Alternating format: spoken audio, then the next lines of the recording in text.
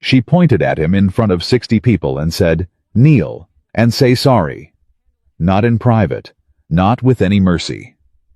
In the middle of a boardroom where careers lived and died, a powerful CEO ordered a quiet single father to get on his knees. He didn't move. He didn't argue. He just reached into his pocket, pulled out his phone, and pressed one number. What happened next left her standing there with her mouth open and her hands shaking. If you're watching this from Chicago, Los Angeles, Houston, or anywhere across America, drop your city in the comments. I want to see how far this story travels. And if you believe dignity never goes out of style, subscribe, because this one is going to stay with you. The morning it all began, Ethan Caldwell made his daughter pancakes. Not the frozen kind. Real ones from scratch, the kind his wife Margaret used to make on Sunday mornings before everything changed. He stood at the stove in his apartment on the north side of Chicago, spatula in hand, listening to his 8-year-old daughter Lily tell him about a dream she'd had involving a purple horse and a spelling bee. "Daddy," she said, climbing onto the kitchen stool, her hair still messy from sleep. "Does the purple horse win?" Ethan flipped a pancake. "In your dream." "No, I mean, does the good one always win?" He thought about that longer than she probably expected him to. "Yeah, sweetheart," he said finally. "Not always fast, but yeah, they win." He believed that. He had to believe that. Because in 4 hours, Ethan Caldwell was going to walk into a building where almost no one would be rooting for him to win anything. He packed Lily's backpack himself, making sure her reading folder was on top, the way her teacher liked it. He wrote her a note on a yellow sticky note and pressed it inside the front pocket, the same thing he did every day since Lily's mother passed. 3 words: "I love you." He never missed a day.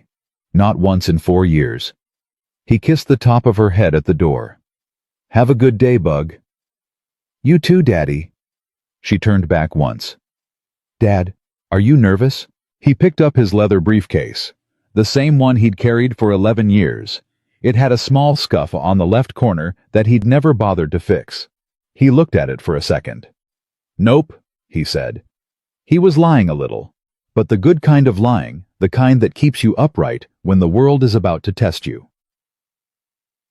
The drive into downtown Chicago was 40 minutes in light traffic. Ethan used it to run the numbers in his head again. He'd spent the last 3 weeks inside those spreadsheets, and the picture they painted wasn't pretty. Hidden liabilities buried in subsidiary filings. Depreciation schedules that didn't line up. Risk exposure on the overseas contracts that had been quietly reclassified in a way that would confuse anyone who wasn't specifically looking for it. Someone had been very deliberate about making it confusing. That was the part that bothered Ethan the most. Not the numbers themselves. Numbers were just numbers. But the intention behind how they were arranged, the engineering of it, that told you something about character. He parked 2 blocks away from Northbridge International Holdings headquarters because he didn't want to pay for the executive garage. Old habit. He'd made a lot of money in his life, and he'd learned that the people who kept it were usually the ones who didn't spend it trying to look like they had it. He stood on the sidewalk for a moment, looking up at the building. 43 floors of glass and steel, the Northbridge name printed in silver letters above the revolving door. He'd helped design the financial architecture that made this building possible. The international expansion, the restructuring, the risk framework that let them grow into 12 countries. He'd done all of that in his early 30s, before everything in his personal life came apart at the seams. He hadn't been back since. He straightened his jacket, gray nothing special, picked up his briefcase and walked in. The lobby of Northbridge International Holdings was designed to make you feel small if you didn't belong there. That was intentional. Ethan knew it because he'd once had a conversation with the architect about it. 40-foot ceilings, black marble floors that reflected the overhead lights like still water. A reception desk that sat on a raised platform, so the person behind it was always looking slightly down at whoever approached. He walked to the desk and gave his name to a young man in a crisp white shirt. "Ethan Caldwell. I have the 9 o'clock on 58. The young man typed something, looked at the screen, typed again. "1 moment, sir." He wasn't rude.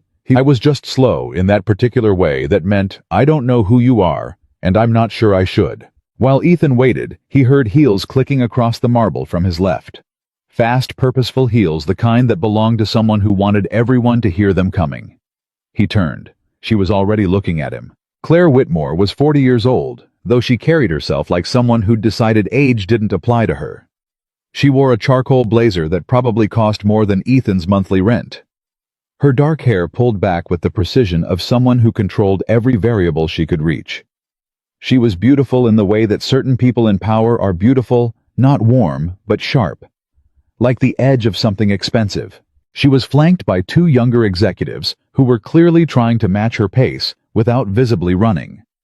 She stopped when she reached the center of the lobby, and she looked at Ethan with the particular expression of someone who has already decided what they're seeing before they've asked any questions. "Can I help you?" she said. The words were technically polite. The tone was not. Ethan met her eyes calmly. "I have a 9 o'clock meeting on the 58th floor, strategy session." Something flickered across Claire's face. Confusion, maybe. Then something else, something harder. "That meeting," she said slowly, "is an executive session." "Yes, ma'am. That's why I was asked to attend." She looked at his jacket, his briefcase, his shoes, which were clean, but not new. She ran that inventory in about 3 seconds, and she came to a conclusion in 2. "Who sent you the invitation?" "The board's office." "Which board member?" Ethan paused. "That's not something I'm in a position to share in the lobby." Claire smiled. It wasn't a warm smile. It was the smile of someone who has used that expression before to make people feel foolish. "You understand?" she said loud enough that the 3 people near the reception desk could clearly hear her, "that the 58th floor is for decision makers. It's not a floor for contractors or delivery services." She tilted her head slightly. "Or people who may have wandered in with a visitor badge they found somewhere." One of the young executives beside her looked at his shoes. The receptionist suddenly became very interested in his computer screen. Ethan didn't move. He didn't raise his voice. He didn't flush or flinch or give her a single thing she was clearly waiting for. "Which elevator should I take?" he asked. That was it. That was all he said. Claire stared at him for a moment. Something about his stillness clearly annoyed her, like she'd expected a different reaction, and didn't know what to do with the one she got. "The freight elevator," she said, "is in the back." She turned away. "Have someone verify his badge," she said to the young executive on her left, already moving. Ethan turned to the receptionist, who was now looking at him with a different expression than before. Not hostile, closer to apologetic. "She does that a lot?" Ethan asked quietly. The receptionist hesitated. Then, barely above a whisper, "More than you'd think." The elevator was confirmed. The badge was valid. Ethan took the executive elevator because that was the one that went to 58. He rode it alone. He looked at himself in the mirrored doors for a moment. The gray jacket, the worn briefcase, the face of a man who'd been through enough to stop worrying about what strangers thought of him. Then the doors opened. The conference room on the 58th floor was the kind of space that announces itself before you walk in. Glass walls. A table that could seat 24. A view of the city that reminded you quietly how high up you were. When Ethan walked in, every head turned. There were 11 people around the table. CFO, General Counsel, Chief Strategy Officer, 3 senior vice presidents, 2 outside advisors, a woman from the company's financial auditing firm, and 2 people Ethan recognized from prior lives, though neither of them showed it in front of the room. He found his seat, set his briefcase down, and opened it. He took out 1 folder, a legal pad, 2 pens, no laptop, no presentation, no deck. This was already making people uncomfortable, and he hadn't said a word yet. Claire arrived exactly 4 minutes after Ethan. She walked in, saw him seated at the table, and her expression shifted just briefly into something that looked almost like recalibration. She sat at the head of the table. "Good morning," she said. "Let's get started. We have a lot of ground to cover on the Vantage acquisition." She didn't introduce Ethan, not to the room. She just proceeded as if he were a piece of furniture someone had misplaced. The first 40 minutes were standard. Market analysis, synergy projections, integration timelines. Ethan listened. He made notes on the legal pad. He didn't interrupt. Then the CFO, a compact man named Gerald Foss, began walking through the acquisition's financial summary. Ethan underlined something on his legal pad. Then he underlined it again. Then he flipped to a document in his folder and set it beside the page Gerald was displaying on screen, and he looked at the two numbers side by side for a long time. "Mr. Foss," he said, "page 41 of the Vantage disclosure, the pension liability figure. Can you walk me through how that was reclassified from the prior quarter?" The room didn't stop, but something in the room changed, like a temperature drop you feel before you identify it. Gerald looked at him. "That's a standard reclassification under the new reporting framework." "Which framework?" "The one adopted in Q2. "By which entity? Vantage or Northbridge?" A pause. Too long. "Vantage," Gerald said. "Then it should appear in their 10Q, which I have here." Ethan held up a printed document. "It doesn't." The silence that followed was not comfortable. Claire leaned forward. "Mr. Caldwell, you were brought in as an independent analyst. Your role is to validate the work that's already been done, not to conduct an audit in the middle of a strategy meeting." "I understand that's how my role was described to some people in this room," Ethan said. He kept his voice completely level. "But that's not accurate." Claire's eyes narrowed. "I was engaged 3 weeks ago by someone with board authority," he continued. "My role is not to validate. My role is to examine." "Examine what?" "Whether the information this room is using to make a $3.5 billion decision is complete and accurate." The chief strategy officer coughed. The general counsel picked up his pen and put it back down. Claire stared at Ethan for a full 3 seconds.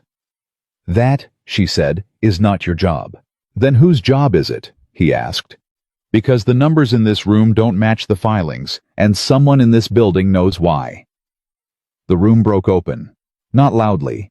People at this level didn't shout, but the energy cracked, you could feel it. Foss went rigid. The outside advisors looked at each other. One of the SVPs, a woman named Patricia Dell, pressed her lips together in a way that Ethan recognized as someone trying very hard not to say something out loud.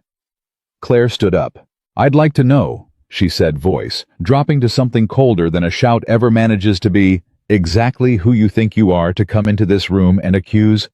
"I haven't accused anyone," Ethan said.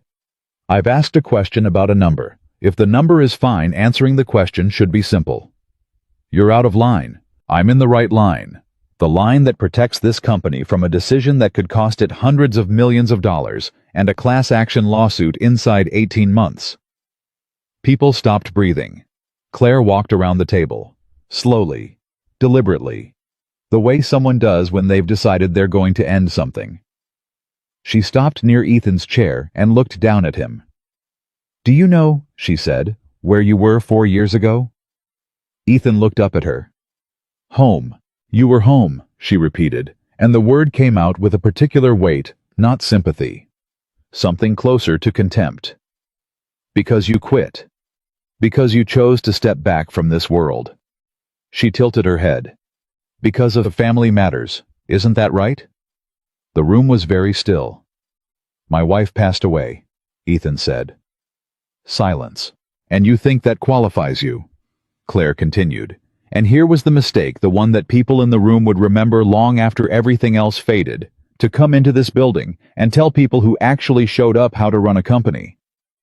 Patricia Dell put her pen down on the table with a small, precise click. Gerald Foss looked at the window.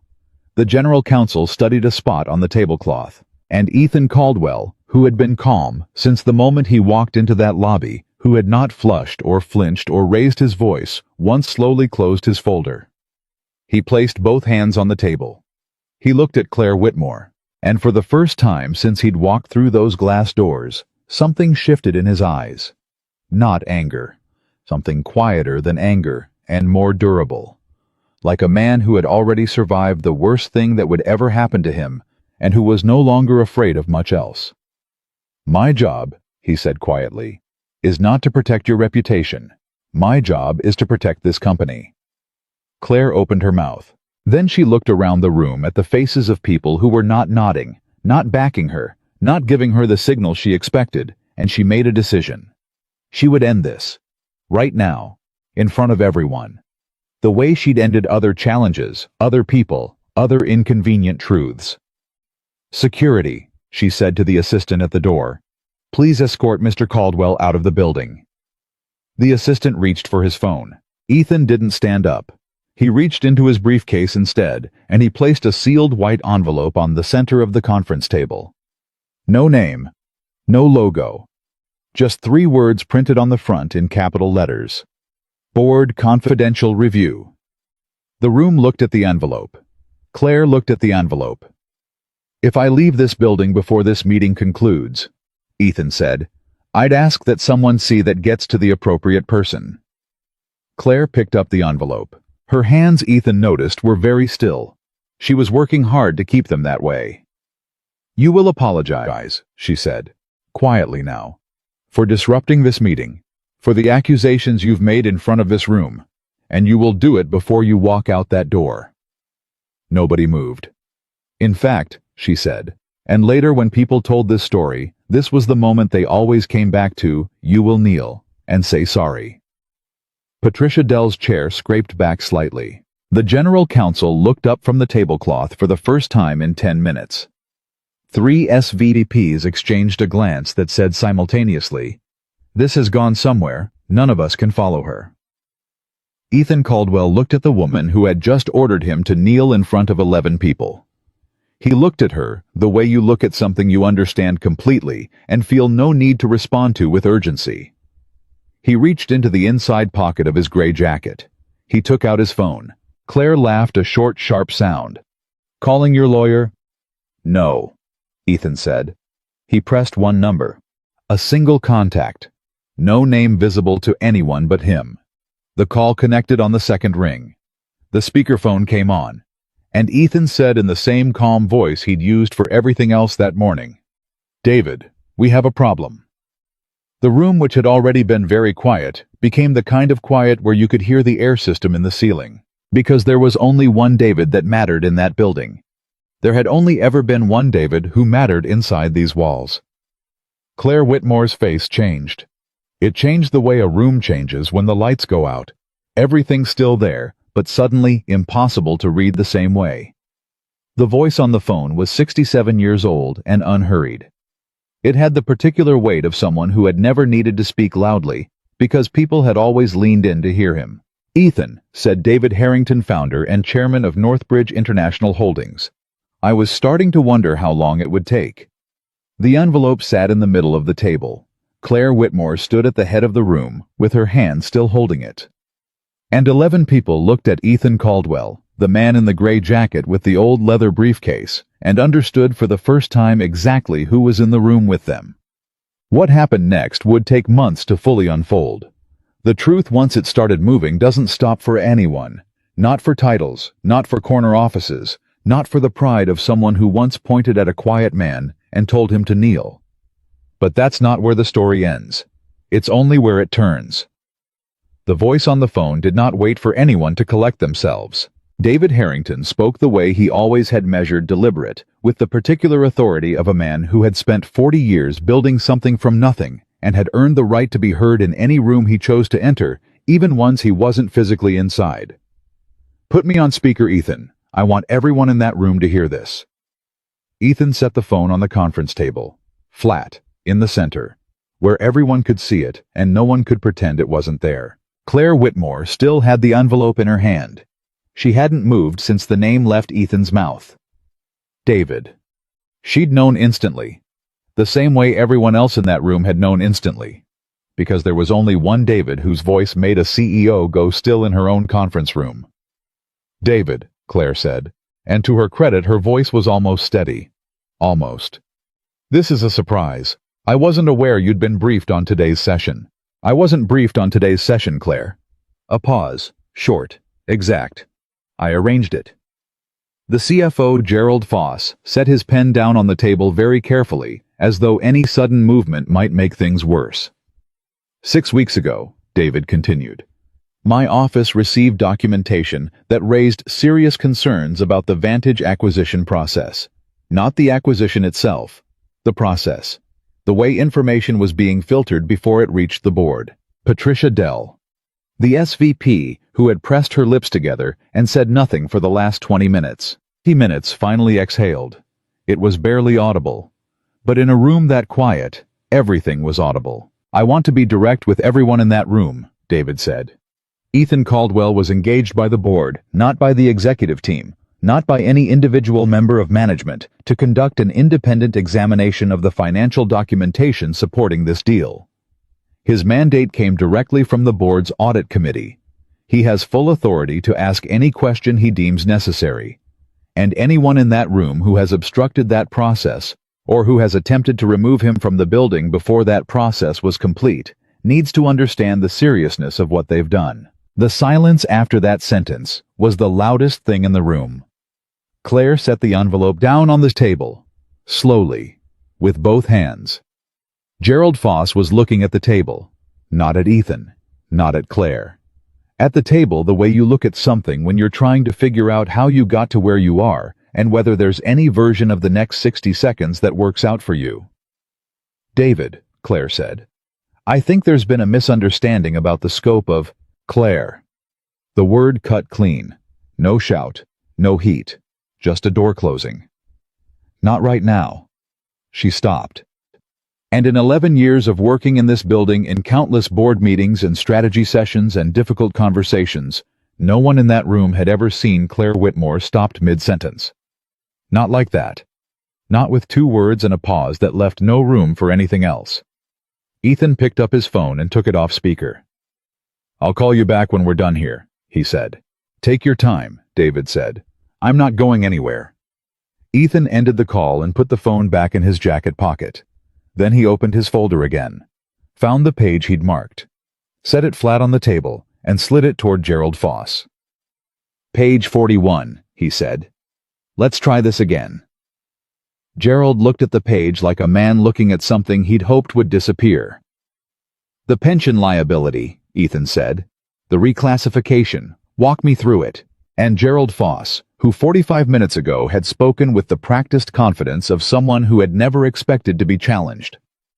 In this room cleared his throat and said, I'm going to need to defer to counsel on that. The general counsel, a lean man named Thomas Breck, who had said almost nothing since the meeting began, looked up for the second time in an hour.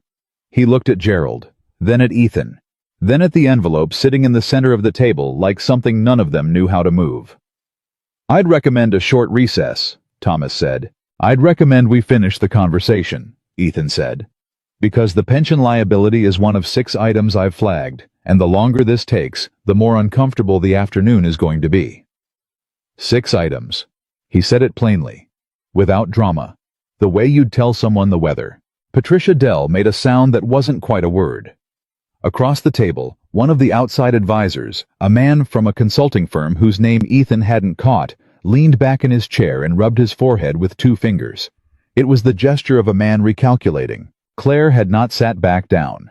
She was standing at the head of the table with her hand resting on the back of her chair, and for the first time since Ethan had watched her cross the lobby that morning, she was not entirely sure what her next move was.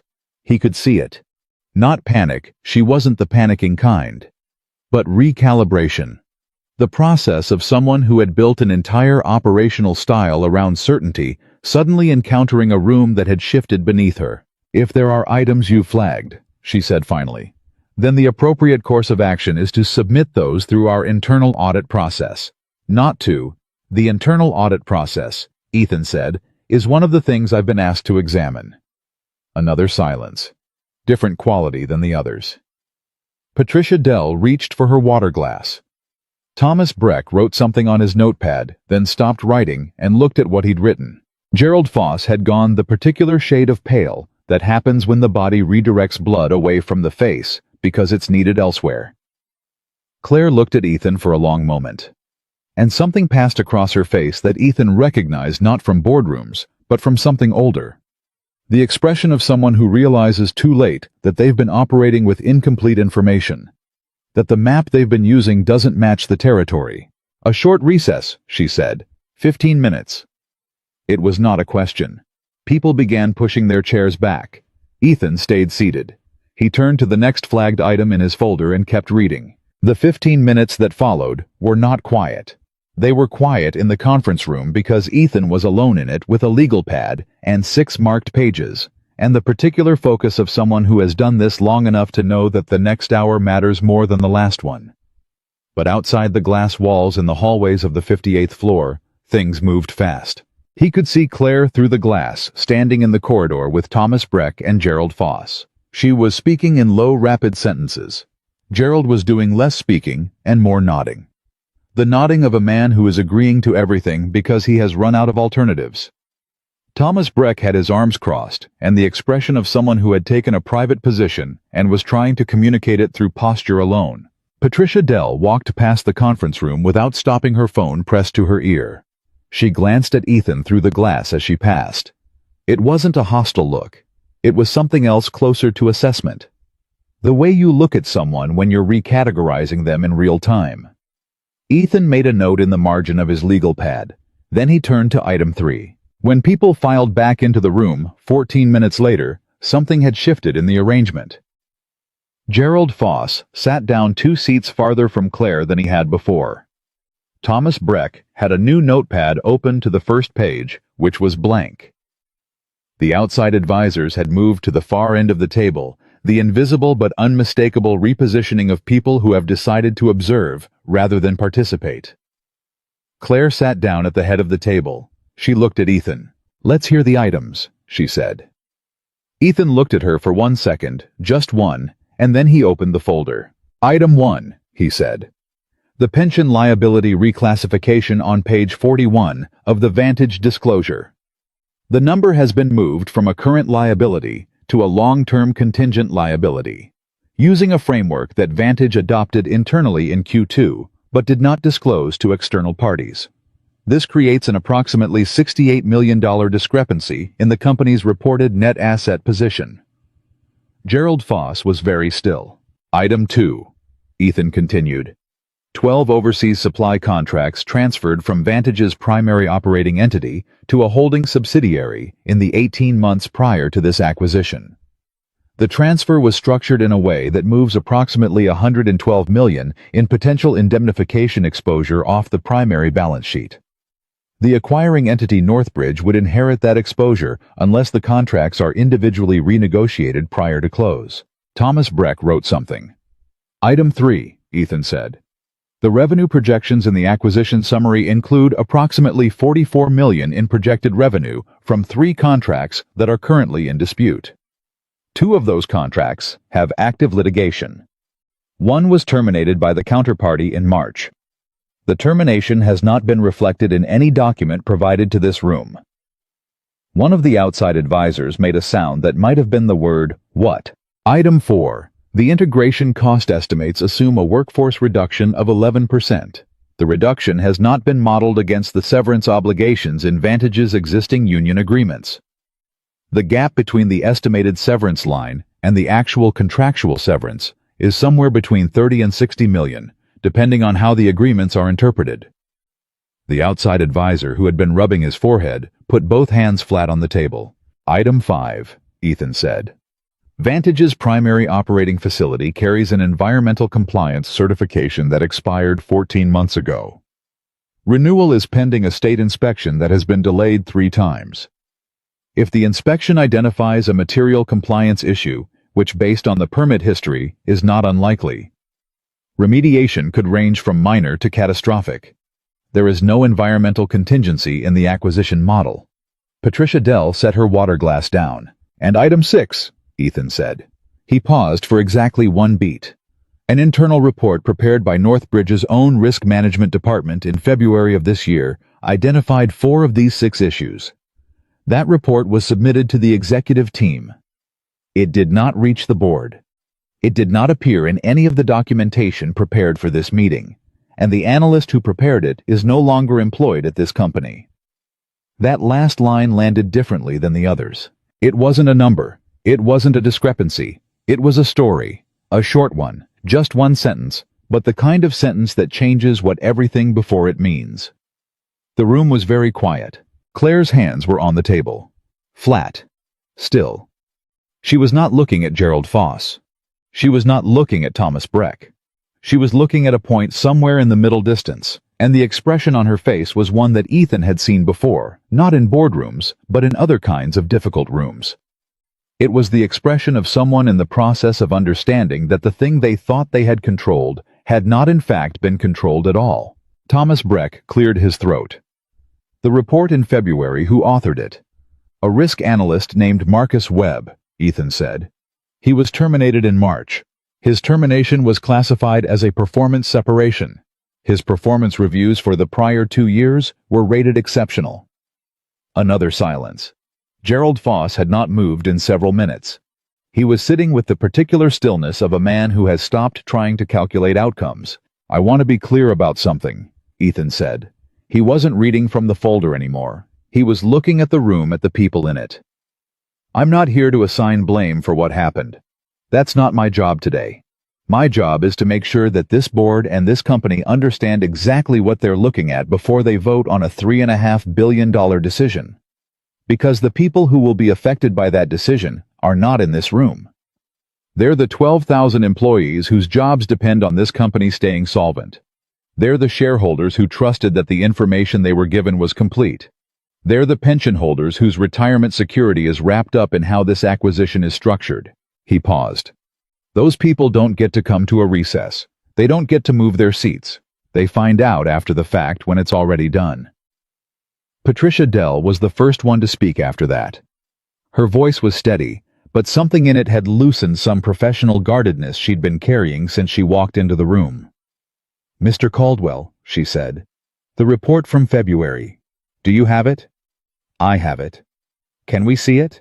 Ethan reached into his briefcase and took out a second folder, thicker than the first. He set it on the table. Patricia picked it up. She opened it to the first page and read for a moment. Then she said without looking up, "Gerald, did you read this?" Gerald Foss said nothing. "Gerald." Her voice had a different texture now. The professional courtesy was still there, but underneath it was something harder. "I need you to answer that question. There was a process," Gerald said carefully, "for evaluating incoming risk reports. This one was." "Did you read it?" Patricia said again. Silence. Thomas Breck had stopped writing. He'd set his pen down and was looking at Gerald Foss with an expression that was not unfamiliar to anyone who had ever watched a lawyer calculate in real time what they would and would not be willing to defend. Gerald Foss looked at the table. "Yes," he said. "I read it. And you didn't bring it to the board." It wasn't a question. Gerald said nothing. Claire Whitmore, who had not spoken since Ethan began walking through the items, looked at Gerald Foss for a long moment. And then she looked at Ethan, and her face did something complicated, something that wasn't quite surrender and wasn't quite defiance, but lived in the space between them where people go when they realize the ground they've been standing on has turned out to be something other than solid. "What do you want?" she said. Not loudly, not theatrically, just what do you want? The question of someone who has reached the end of a strategy and is standing at the edge of whatever comes next. Ethan looked at her. "The truth," he said. "I want the truth to be in the room. That's all I've ever wanted from this." Claire held his gaze for 3 seconds. 4. 5. Then she looked away. Outside the glass walls of the 58th floor Chicago moved the way it always did, fast and indifferent, the city's usual motion underneath them. 43 stories of distance between this room and the street. In the lobby, the marble floors reflected the light. The reception desk sat on its raised platform. The same building, the same morning. And yet something had cracked open on the 58th floor that would not close again. Thomas Breck picked up his phone and stepped out of the room without a word. Through the glass, Ethan watched him walk to the far end of the hallway, turn his back, and begin a conversation that nobody could hear. Patricia Dell was still reading Marcus Webb's February report. She turned a page, then another. She reached a section somewhere in the middle and stopped, read something again, set the folder down carefully. "Mr. Caldwell," she said, How long have you had this woo? 3 weeks. And in those 3 weeks did anyone from this building try to reach you? Ethan considered the question. I received a call 10 days ago from a number I didn't recognize. The caller didn't leave a message. Patricia looked at Gerald Foss. Gerald Foss looked at his hands. The outside advisors were conferring quietly at the far end of the table, not whispering exactly, but at the particular low volume of people who have decided they need to talk to their firm's partners before they say another word in an official capacity. Claire stood up again. Not in the commanding way she had before. In the way of someone who needs to be vertical because sitting still is no longer manageable. I need to make a call, she said. Of course, Ethan said. She walked out of the room. Through the glass, Ethan watched her go to the same far end of the hallway where Thomas Breck had gone, and for one moment, the two of them were visible at the same time. The lawyer and the CEO standing 20 feet apart in the same corridor, both on their phones, both with their backs turned. Two people having two very different conversations about what the next 12 hours were going to look like. Patricia Dell set the February report back on the table and looked at Ethan. You were with this company before, she said. Before the restructuring. Yes. What did you do here? Ethan thought about how to answer that. Not because he didn't know the answer, he knew it precisely, but because the right answer wasn't the impressive one. The right answer was just the true one. I built the framework that let this company grow into international markets, he said. The risk management architecture, the capital allocation model. Most of what you're seeing in the current financial structure came out of work that was done about 12 years ago. Patricia stared at him. And then you left. My wife got sick, Ethan said. And then she passed. And I had a daughter who needed me to come home. Patricia was quiet for a moment. I have 2 kids, she said. 9 and 11. Ethan nodded. Then you know. Yeah, she said. I know.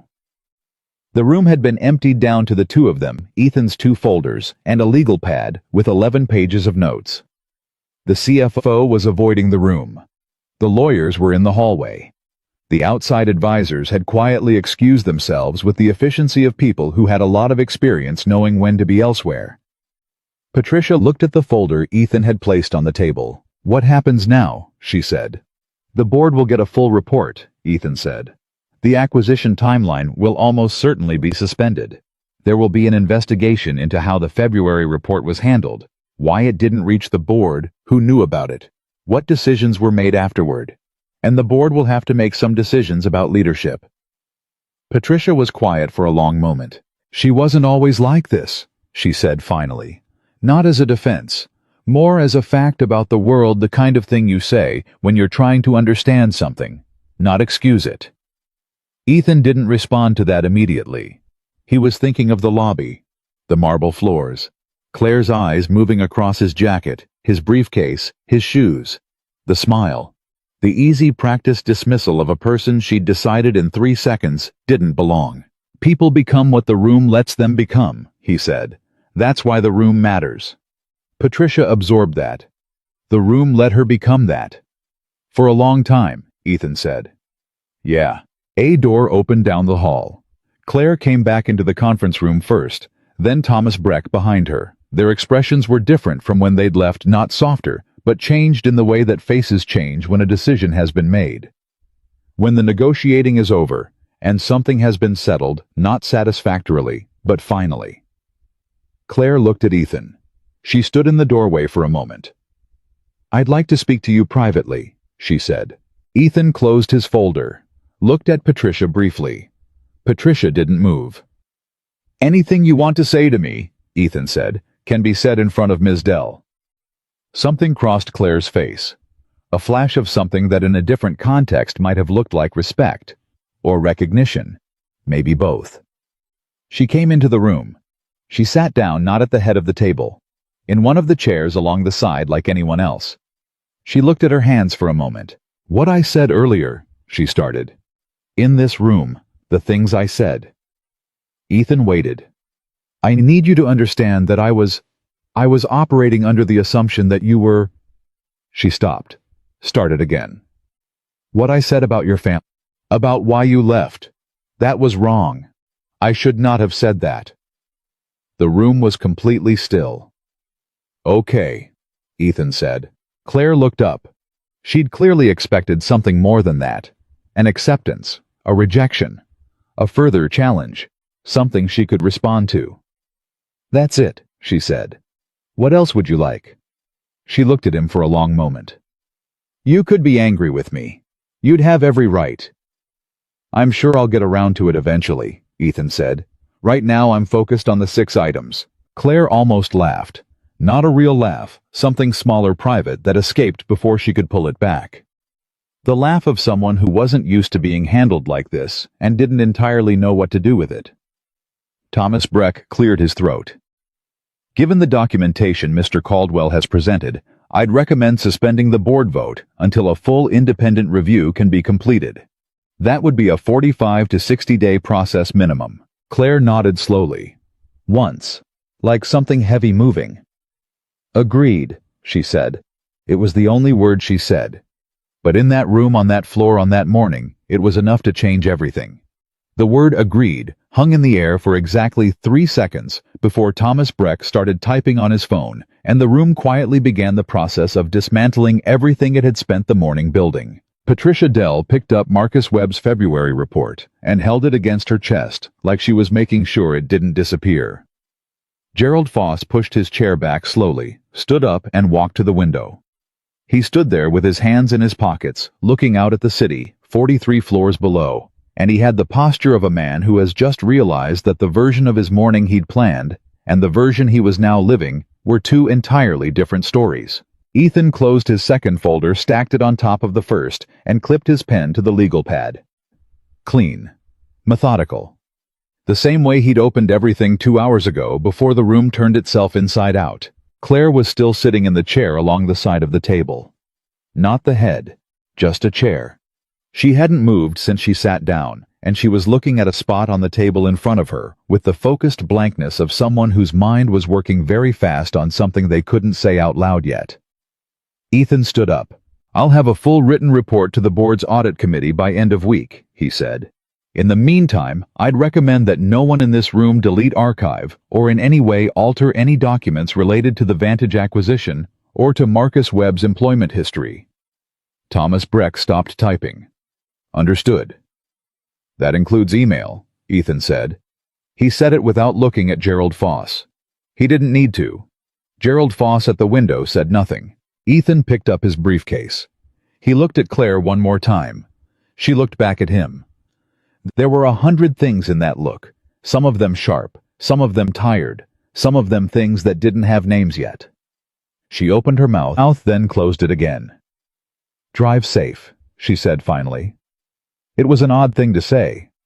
Ethan thought it was probably the most honest thing she'd said to him all morning. He walked out of the conference room down the hallway and pressed the button for the elevator. While he waited, he could hear through the glass muffled but present the sound of voices starting up again in the room he'd just left. Different voices than before. Lower.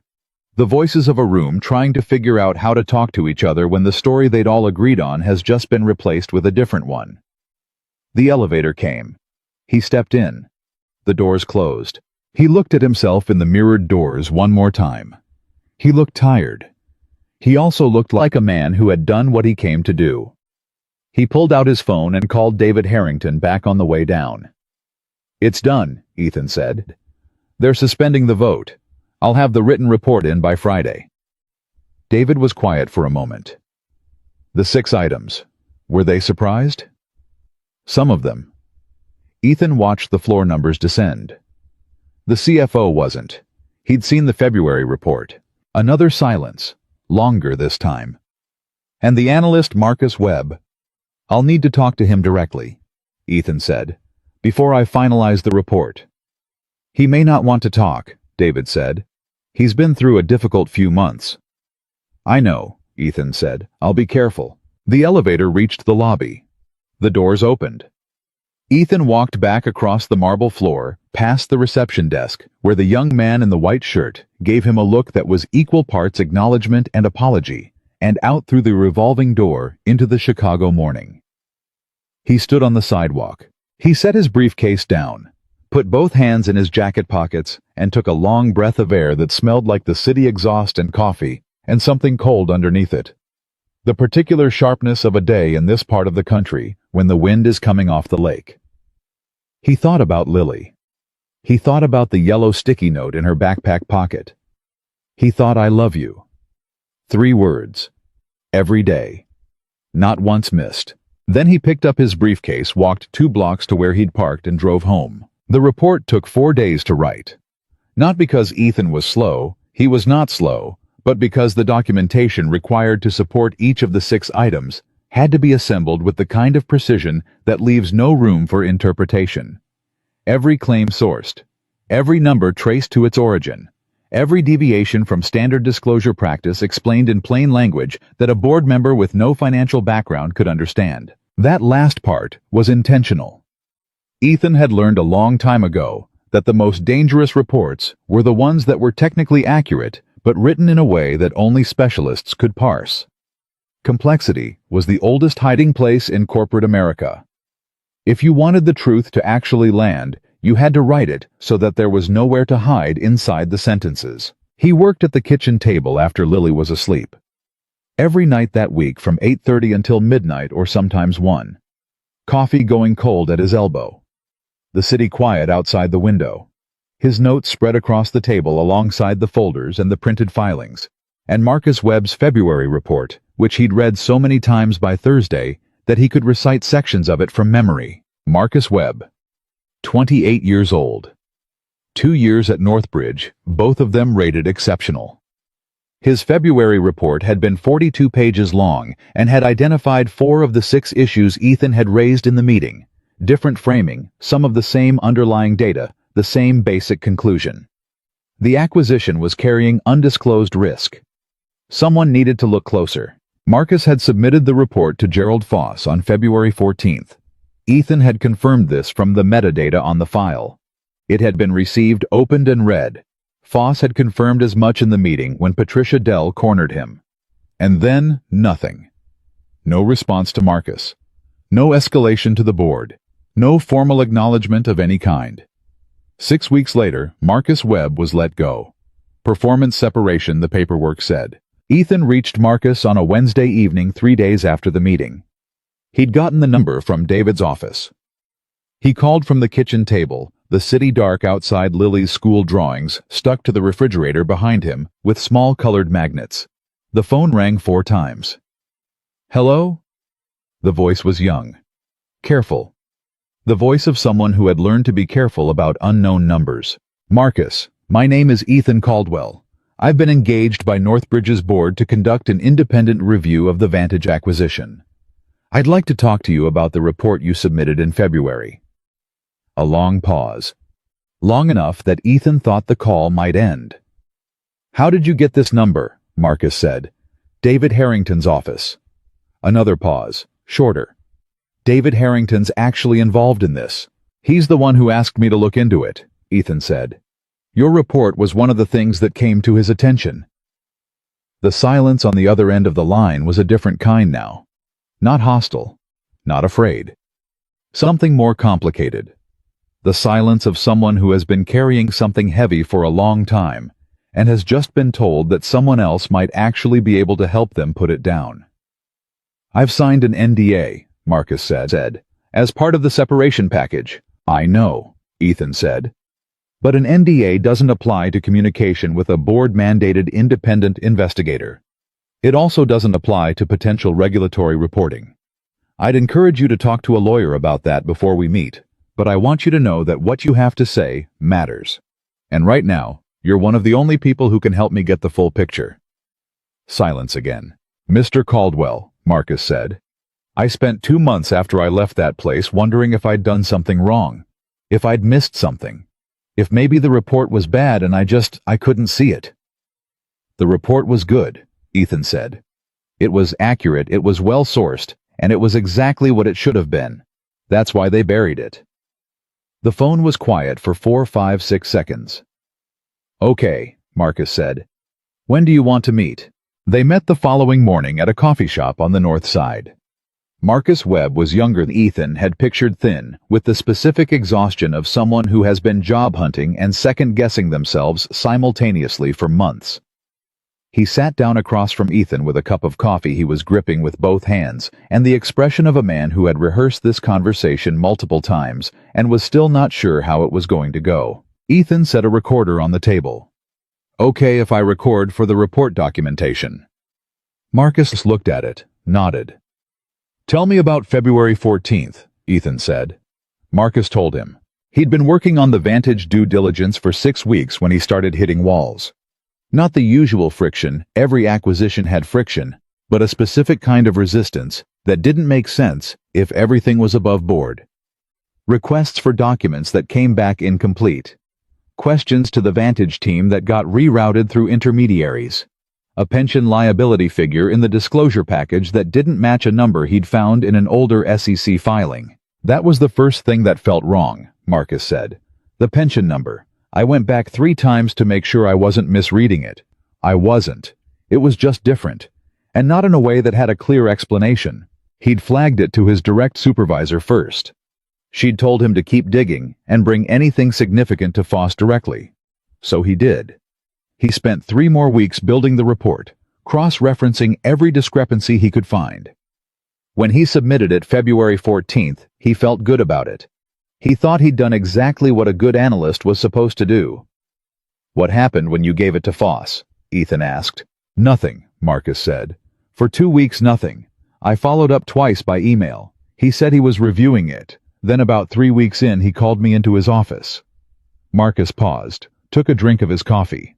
"He told me the report had some methodological issues, that the way I'd sourced certain numbers wasn't consistent with how Northbridge did its analysis. He said he'd need to have it independently reviewed before he could do anything with it, and he asked me not to share it with anyone in the meantime." Ethan was writing. "Did he specify the methodological issues?" "No. And I asked. He said it was a conversation for another time." And then there was no other time," Marcus said. 6 weeks later, I was in HR being told my position was being eliminated due to performance concerns. They had 2 reviews from my file that rated me below standard. I'd never seen those reviews. My official annual reviews were both exceptional, but apparently there were also these mid-cycle assessments that nobody had ever mentioned to me. Ethan put his pen down. "Who signed the mid-cycle assessments?" he asked. Marcus looked at him. "Gerald Foss." The coffee shop noise continued around them, the ordinary sounds of an ordinary morning, in a city that didn't know and didn't care that 2 men at a corner table were pulling a thread that was attached to something very large. Ethan picked his pen back up. "I'm going to need copies of everything," he said. "The report, the follow-up emails, anything related to your termination. All of it." "I kept copies," Marcus said. He said it quietly, but there was something underneath the quiet something that had been waiting a long time. "I kept everything. I hadn't destroyed them, hadn't deleted the emails, hadn't let the NDA and the separation package and the 2 months of self-doubt convince him to let go of the record of what had actually happened. He'd kept it all in a folder on a personal drive, the way someone keeps evidence of something they're not yet sure they'll ever use, but know they can't throw away." "Good man," Ethan said. Marcus looked at him. Something in his face shifted, something that had been braced and tight since he sat down. Not gone, but looser. "Is anything actually going to happen?" he said. "Or is this the kind of thing where there's a review, and then there's a report, and then everything just continues?" Ethan looked at him steadily. "I can't make you a promise about outcomes," he said. "That's not in my authority. But I can tell you that the board has seen enough to take this seriously. And I can tell you that what you did writing that report, submitting it, keeping the documentation, that's the kind of thing that makes a difference, even when it doesn't feel like it." Marcus nodded slowly. His hands had relaxed around the coffee cup. "Not fully, but enough. My girlfriend told me to just move on," he said. "Start over somewhere else. Forget about it." "That's not bad advice," Ethan said. "Moving on is good. But moving on and keeping the record aren't mutually exclusive." Marcus almost smiled. "You sound like a lawyer." Worst thing anyone's ever said to me, Ethan said. And Marcus Webb, for the first time in months, laughed. A real one. Short and surprised, the laugh of someone who hadn't expected to be laughing in this particular conversation. But it came out anyway, the way real things tend to do when the pressure gets released. Ethan's written report reached the board's audit committee on Friday at 4:15 in the afternoon. It was 67 pages long, appendix included. Every item documented. Every source cited. Marcus Webb's February report included, as Exhibit A, the mid-cycle performance assessments, the fabricated ones. The ones Gerald Foss had signed, included as Exhibit B. The email chain showing that Foss had received, opened and read the February report, included as Exhibit C along with the metadata proving it. Exhibit D was a timeline. 14 weeks from the day Marcus submitted his report to the day he was terminated. Every interaction, every email, every decision that could be reconstructed from the record. Laid out in sequence, it told a story that was impossible to read as coincidence. Ethan had included one sentence at the end of the executive summary that was not standard language for an independent review report. He had written it 3 times before he decided to keep it. The sentence read, "The question this report cannot answer is how long this would have continued if someone had not thought it was worth writing down." David Harrington called him at 4:45. "I've read the summary," David said, "and the board will convene an emergency session Monday morning." A pause. "Gerald is going to resign before then. His lawyer called Thomas Breck this afternoon." Ethan said nothing. "Claire," David said, "that's more complicated." "I know. She didn't know about the February report," David said. "I want to believe that, but she created the culture that made it possible to bury it. And that's not something you can separate out and excuse." "No," Ethan said. "It's not." "What do you think should happen?" David said. Ethan was quiet for a moment. Lily was in the next room talking to one of her stuffed animals, with great seriousness about something Ethan couldn't quite make out. He could hear the cadence of it, the complete conviction of an 8-year-old explaining the rules of something to someone who couldn't argue back. "I think the company needs new leadership," Ethan said. "Not because Claire is a bad person, but because the way she ran that room this week, the way she ran that building. Nobody underneath her believed they could tell her a truth she didn't want to hear. And in a company this size, that's not just a management problem, that's a liability." David was silent for a long moment. "Will you consider a permanent role?" he said. "Not as an executive, an advisory position, ongoing. We need someone like you inside this." "I'll think about it," Ethan said. "That's more than you gave me the first time I asked," David said. Ethan almost smiled. "Don't push it." He heard David laugh, a quiet sound, the laugh of a 67-year-old man who had built something over 40 years and was trying to make sure it survived whatever came next. "Get some rest," David said. "You've earned it." Ethan ended the call and sat in the kitchen for a minute without moving. He could hear Lily's voice in the other room still explaining things to the stuffed animal. He didn't know which one it was. She had 7 of them, and they each had names and distinct personalities that she managed to keep straight with a consistency Ethan found genuinely impressive. He stood up, went to the kitchen doorway, and looked into the living room. Lily was sitting on the floor with a brown bear named Franklin, holding what appeared to be a very formal board meeting of her own. "Franklin," she was saying with great seriousness, "you have to tell me if there's a problem, even if you think I don't want to hear it. That's the whole point." Franklin, for his part, said nothing. "Exactly," Lily said. "Good." Ethan stood in the doorway and felt something move through him that was too big for the kitchen and too quiet for a name. Pride, maybe. Relief. The particular fullness of a day that had taken something from you and given something else back. "Bug," he said. "Time to get ready for bed." Lily looked up. "Is everything okay, Daddy?" He thought about the conference room. The 6 items. The sealed envelope on the table. Claire's face when she heard David's voice on the phone. Marcus Webb at the coffee shop gripping his cup with both hands and asking if anything was actually going to happen. "Yeah," he said. "Everything's okay." "Did the good one win?" He looked at her. 8-year-old Franklin in her lap, waiting for the answer with the complete seriousness of someone for whom this question was not rhetorical. "Getting there," he said. Lily considered that. Nodded once the way she did when she'd decided something was acceptable. "Okay," she said. "Franklin says that's good enough." Ethan crossed the room and sat down on the floor next to her. Just for a minute. Just to be there on the floor with his daughter and her bear, and the ordinary weight of a life that had asked a lot from him and given a lot back. Outside Chicago moved the way it always did. Fast, indifferent, enormous. In any boardroom or any phone call at the right moment was the thing Ethan Caldwell had always been most sure about. Monday morning arrived with the particular clarity of a day that has been anticipated. Ethan drove to Northbridge's headquarters for the second time in a week through the same traffic past the same streets. He parked in the same spot 2 blocks away.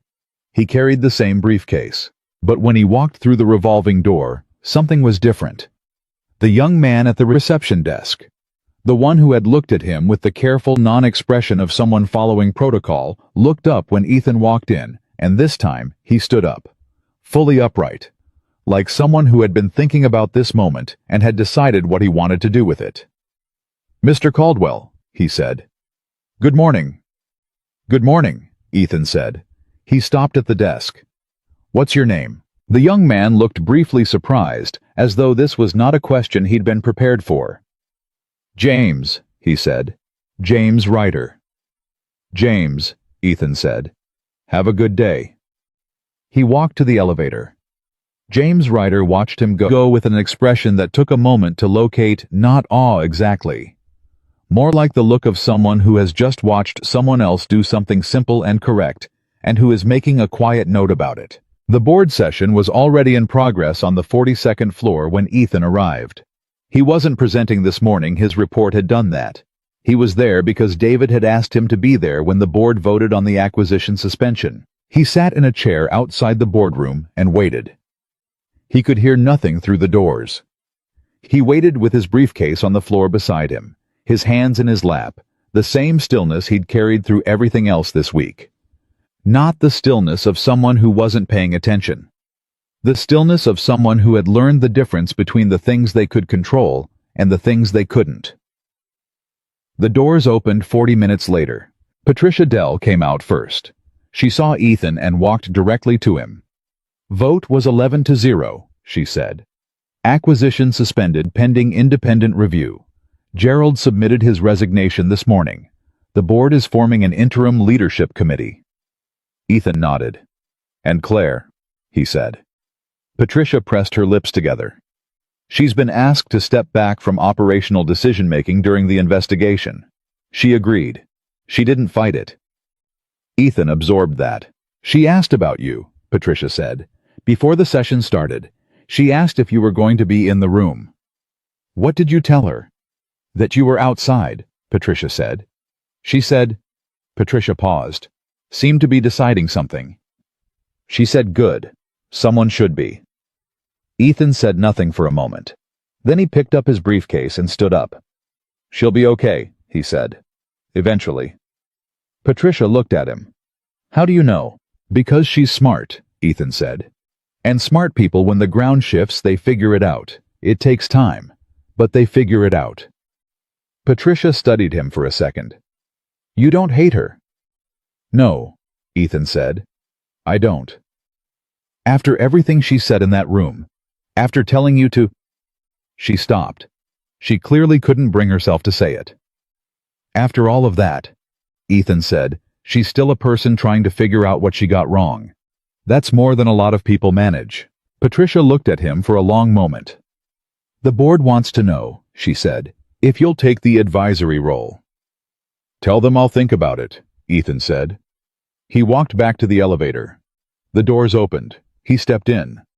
On the way down, he took out his phone and typed a message to Lily's after-school program. "Pick up at 5. See you then, Bug." 3 seconds later, a response came back not from the program, but from Lily's teacher, who had his number from the parent contact list. "She's doing great today. Told the whole class her dad helps companies tell the truth." Ethan stood in his elevator with that message on his screen for a long moment. Then he smiled. Not the careful kind. The real kind. The kind that starts somewhere deeper than your face and works its way out. The elevator reached the lobby. The doors opened. He walked out. The advisory role offer sat on Ethan's kitchen table for 11 days before he gave David Harrington an answer. Not because he was stalling. Not because he didn't know what he wanted. But because Ethan had learned in the years since Margaret died that the decisions that matter most deserve the full weight of your attention before you commit to them. You don't rush the ones that are going to shape the next chapter. You sit with them. You let them breathe. You wait until the answer stops feeling like a decision and starts feeling like a fact. On the 11th day, he was making breakfast again. Same routine. Pancakes, real ones. Lily on the kitchen stool, hair messy. Talking about something that happened at school, involving a disagreement about the rules of Foursquare that had clearly been unresolved for several days and required immediate parental input. So Madison says you can't call interference unless you were actually in the square, Lily said. But I was standing right there, Daddy. I saw everything. Were you in the square? Ethan asked. That is not the point. Ethan flipped a pancake. Maybe it is a little bit the point. Lily considered this with the serious face she used when she was deciding whether to accept an argument or reject it on principle. Fine, she said. But I still saw it. Seeing something and being the right person to call it are two different things, Ethan said. Sometimes you have to be in the right position for your call to count. Lily looked at him with the expression she used when she suspected he was talking about something other than Foursquare. Daddy, she said. Are you going to take the job? Ethan set the spatula down, turned to look at her. How do you know about the job? You leave papers on the table, she said simply. And you look at your phone a lot at night when you think I'm asleep. He stared at her. I'm 8, she said. Not invisible. He called David Harrington after he dropped Lily at school.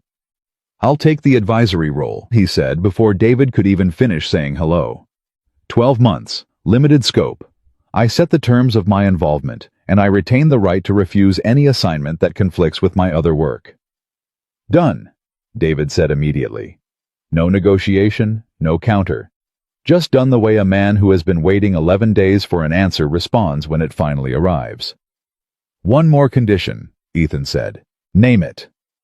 Marcus Webb gets a formal apology from the company, in writing, and his personnel file gets corrected. The fabricated performance reviews come out. The record shows what actually happened. A pause. That will require Gerald's cooperation. Gerald resigned, Ethan said. He doesn't get a vote. Another pause.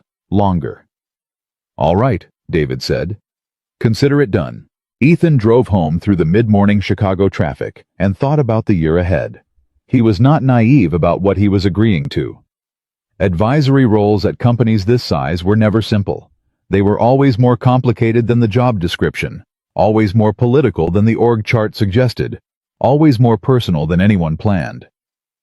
He'd been inside enough of these structures to know that the real work happened in the spaces between the official meetings in the hallways and the phone calls and the small choices that accumulated over time into something that either changed a culture or left it exactly as it was. But he also knew something else. He knew that David Harrington had built this company across 4 decades with the belief that the right people doing the right things actually mattered. And somewhere in the last several years, that belief had been replaced by something harder and shorter-sighted. The culture had drifted. The room had allowed it. And now the room needed someone willing to help it find its way back. Ethan could do that.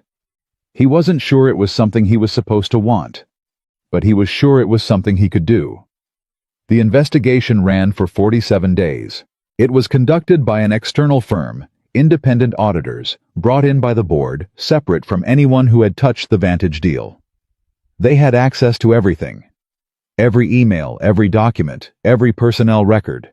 They interviewed 31 people inside the company, plus Marcus Webb, plus 3 former employees who had been quietly let go in the prior 24 months, under circumstances that when examined together began to form a pattern. Ethan was not part of the investigation team.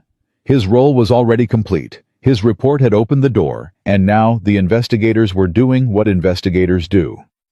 But he heard things the way you hear things when you've been inside a building long enough that people start trusting you with the parts of the story they haven't said out loud yet. He heard that Gerald Foss in his cooperation agreement with the board had confirmed that he'd received Marcus Webb's February report and made the decision unilaterally not to escalate it. He'd told the investigators that he'd believed the acquisition was sound and that the report raised concerns that could be addressed later after the deal closed. He'd also confirmed with what the investigators' notes described as considerable difficulty that the mid-cycle performance reviews he'd signed for Marcus Webb did not reflect actual performance evaluations. They had been created to provide documentation for a termination that had already been decided. Gerald Foss did not go to jail. The lawyers on all sides worked out a settlement that included his resignation, the forfeiture of certain deferred compensation, and a cooperation agreement that would keep him accessible to any regulatory review that followed. It was not justice in the clean, satisfying sense of the word. It was the complicated, unsatisfying real-world version of accountability, the kind that leaves you with the vague sense that more should have happened, but also the practical recognition that this was more than usually did. Ethan had a conversation with Patricia Dell about it on a Wednesday afternoon, 3 weeks into the investigation. They were on the 42nd floor in a small conference room that had the feeling of a space that hadn't been used much. Not the big boardroom, not the executive suite, just a regular room with a table and chairs and a window that let in afternoon light. "Does it bother you?" Patricia asked. "The settlement." Ethan thought about it honestly. "Some," he said. "But the alternative is a 3-year legal process that costs both sides more than it resolves and gives Marcus Webb 3 more years of his life, eaten up by something that has already taken enough from him." That's a very practical way to look at it. "I've had time to get practical," Ethan said. Patricia looked at her coffee cup. "I've been thinking about the February report, about how it got buried." She paused. "I've been thinking about whether I could have stopped it. Whether there were signs I missed." Ethan looked at her. "Were there?" She was quiet for a moment. "I don't know. Maybe. There was a period in the winter when Gerald seemed stressed in a way that felt different than usual. I noticed it. I didn't ask about it." She looked up. "I told myself it wasn't my business." "It probably wasn't," Ethan said. "Not in any direct sense. But Marcus Webb's job was my business," she said. "He sat 20 feet from my office. I knew he was good. I'd read some of his work." She stopped. "And then he was just gone. And I got the email about restructuring, and I accepted it because it was easier than asking questions." She said the last part like someone making a confession. Not to Ethan specifically. More to the room. To herself. "That's what these environments do," Ethan said. "They make asking questions feel more expensive than not asking them. And then one day you look around and you realize everyone has been doing the same calculation, and that's how a culture becomes something nobody actually chose." Patricia held his gaze. "How do you fix it?" "You start asking," he said. "Every time, even when it costs you something, you ask." The investigation concluded on a Thursday in late October. The board received the final report in the afternoon, and by evening the decisions that had been building for 7 weeks were formalized. The Vantage acquisition was officially dead, not suspended, canceled. The board issued a statement to shareholders about internal control failures and the steps being taken to address them. Gerald Foss's settlement terms were disclosed in the language required by regulation, which was technical and precise, and communicated everything and nothing simultaneously, the way these things always did. And Claire Whitmore resigned. Not fired. Resigned. The distinction mattered to the board for legal reasons, and it mattered to Claire for reasons that were harder to articulate, but were visible in the way the announcement was worded carefully, without blame, acknowledging her contributions alongside the circumstances that had led to her departure. A soft landing for a hard ending. Ethan heard about it from David, who called him at 6:15 that Thursday evening. "It's done," David said. "She submitted the letter this afternoon." "How did she seem?" Ethan asked. David considered that for a moment. "She seemed like someone who had made peace with something she hadn't wanted to make peace with," he said. which is its own kind of progress. Ethan thought about Claire in that conference room chair. Not the head of the table, just a chair. The way she'd said agreed with one word, and the weight of something giving way inside it. She'll land somewhere, Ethan said. She's already had 3 calls, David said. Before the letter was even filed. Someone always wants someone like Claire Whitmore. Because she is good at this, Ethan said. Just not in the way this company needed. You're very generous with her, David said. I'm accurate, Ethan said. There's a difference. What happened next was something Ethan had not expected, which was unusual for a man who had spent 3 decades expecting things other people missed. Claire called him, not through a lawyer, not through an intermediary, directly. His personal number, which she'd gotten from somewhere, Thomas Breck probably, or maybe David, though Ethan never asked. She called on a Friday morning 10 days after her resignation, and the number came up as unknown on his screen, the way it had when Marcus Webb had received that call 10 days into the investigation. The call that had turned out to be Gerald Foss, though Marcus had never been able to prove it. Ethan answered. It's Claire, she said. He hadn't expected that either. Not the directness, not the lack of preamble. Claire, he said. How are you? Honestly. A pause. I've been better. I've also been worse. I'm somewhere in the middle trying to figure out what I actually think about things. She stopped. That's probably more than you asked for. No, he said. It's a real answer. I appreciate real answers. A short silence. Then, I want to apologize to you. Not the way I tried to in the conference room where I was still in a mode, still managing the situation. She stopped again, started over. What I said to you about your wife, about why you left. That was wrong. Not strategically wrong. Just wrong. And I've been carrying it around for weeks, and I needed to say it to you directly. Ethan was quiet for a moment. I appreciate that, he said. That's all you're going to say. She sounded almost amused, the same way she had in the conference room when he'd said okay and nothing else after her first apology. What would you like me to say? I don't know. That you're angry. That I deserve it. Something. A pause. You're a very hard person to hate, Ethan. I want you to know that's actually frustrating. I'll take it, he said. She laughed. Short, real surprise, the same way Marcus Webb had laughed in the coffee shop. The laugh that comes out when someone wasn't planning to laugh but couldn't stop it. The lobby, she said. That morning, the things I said in front of everyone. She stopped. I do that. I did that. To a lot of people. Not always that directly. But the calculation, the assessment. Walking into a room and deciding in 30 seconds who matters and who doesn't. Her voice was quieter now. I didn't start out that way. I used to know better. What changed? Ethan asked. Success, she said, without hesitation, like she'd already thought about this answer and arrived at it before this call. Success and a culture that told me fast decisions were strong ones. That certainty was leadership. That if you looked the part hard enough, the part became real. She paused. Nobody pushed back. For years nobody pushed back. And when nobody pushes back, you start to think you don't need them to. Ethan listened.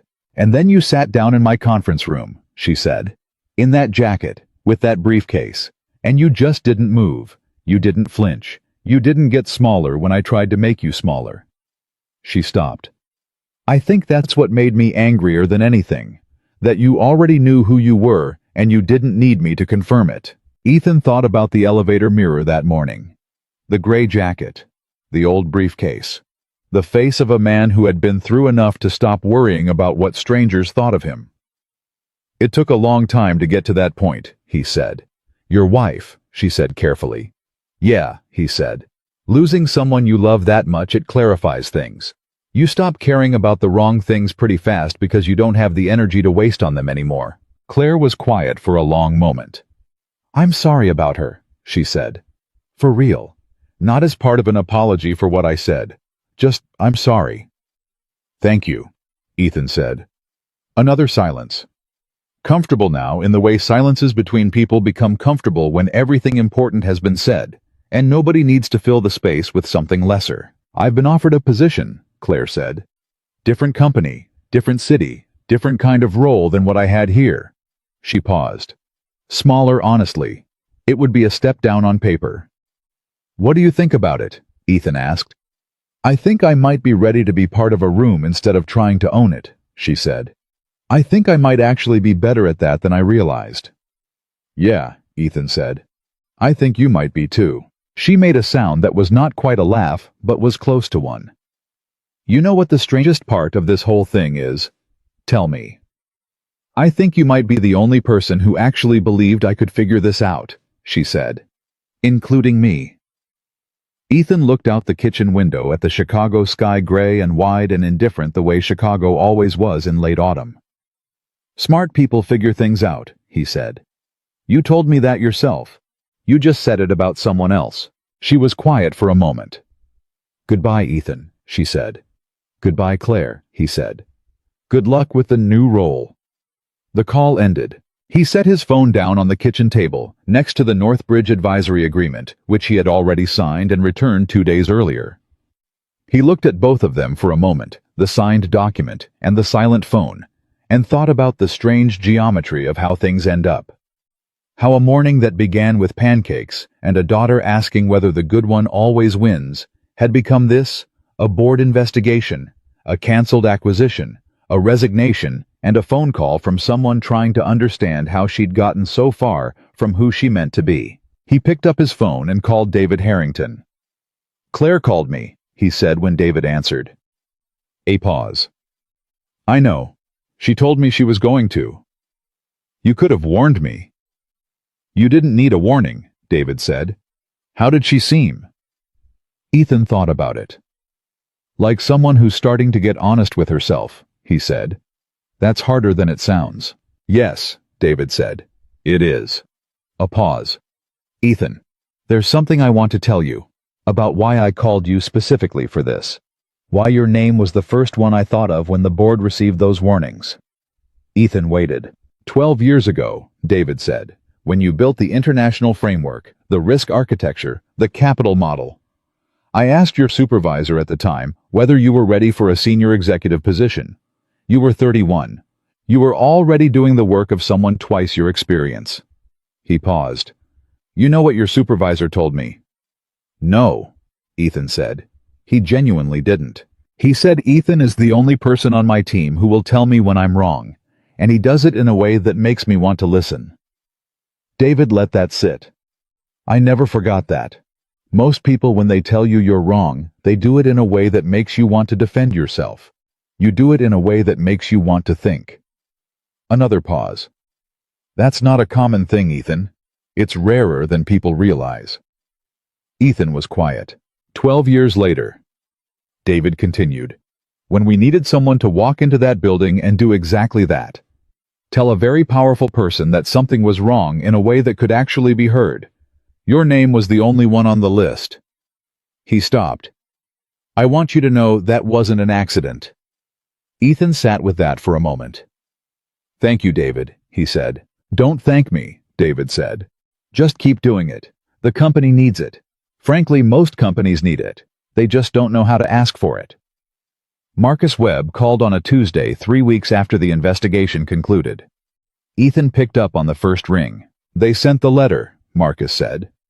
His voice was different than it had been in the coffee shop, steadier, like something had been returned to him that he hadn't fully realized was missing. The formal apology. My personnel file has been corrected. Good, Ethan said. And there's something else, Marcus said. The external audit firm that ran the investigation, they called me. They want to know if I'd consider a position with them. Independent risk analysis. Ethan smiled. What did you tell them? I told them I needed to think about it, Marcus said. And then they told me the salary, and I stopped thinking about it. Ethan laughed. Take the job, Marcus. Yeah, Marcus said. I know. A pause. Mr. Caldwell, what you did going back in there and doing this the way you did it. I want you to know that it mattered. It mattered more than I know how to say. Ethan thought about Marcus at the coffee shop, both hands around the cup, asking whether anything was actually going to happen or whether everything was just going to continue. The question of a young man who had done everything right and gotten everything wrong in return, and was still, despite all of it, sitting across from a stranger and deciding to trust the answer. "You're the one who wrote the report," Ethan said. "You're the one who kept the documentation when everything in the situation was telling you to let it go. I just walked in with the door you built." Marcus was quiet for a moment. "I've been thinking about something you said at the coffee shop," Marcus said. "About moving on and keeping the record not being mutually exclusive." "Yeah, I think I understand what you meant now," Marcus said. "You weren't telling me to stay angry. You were telling me not to let go of the evidence that I did the right thing." "That's exactly what I was telling you," Ethan said. "I'm going to be good at this job," Marcus said. "Not a question, not a boast, just a statement of fact from someone who has arrived at certainty through a path that included losing everything and finding his footing again on the other side." "I know you are," Ethan said. After the call, Ethan sat quietly at the kitchen table. The Northbridge Advisory Agreement, the empty coffee cup, the afternoon light coming through the window in that particular late October way that makes the ordinary world look briefly extraordinary. He thought about what the next year was going to look like inside that company. The work of rebuilding a culture, which was slower and harder and less dramatic than the work of exposing what was wrong with it, but more important in the long run. You could identify a problem in a report. You couldn't fix a culture in a report. That took time.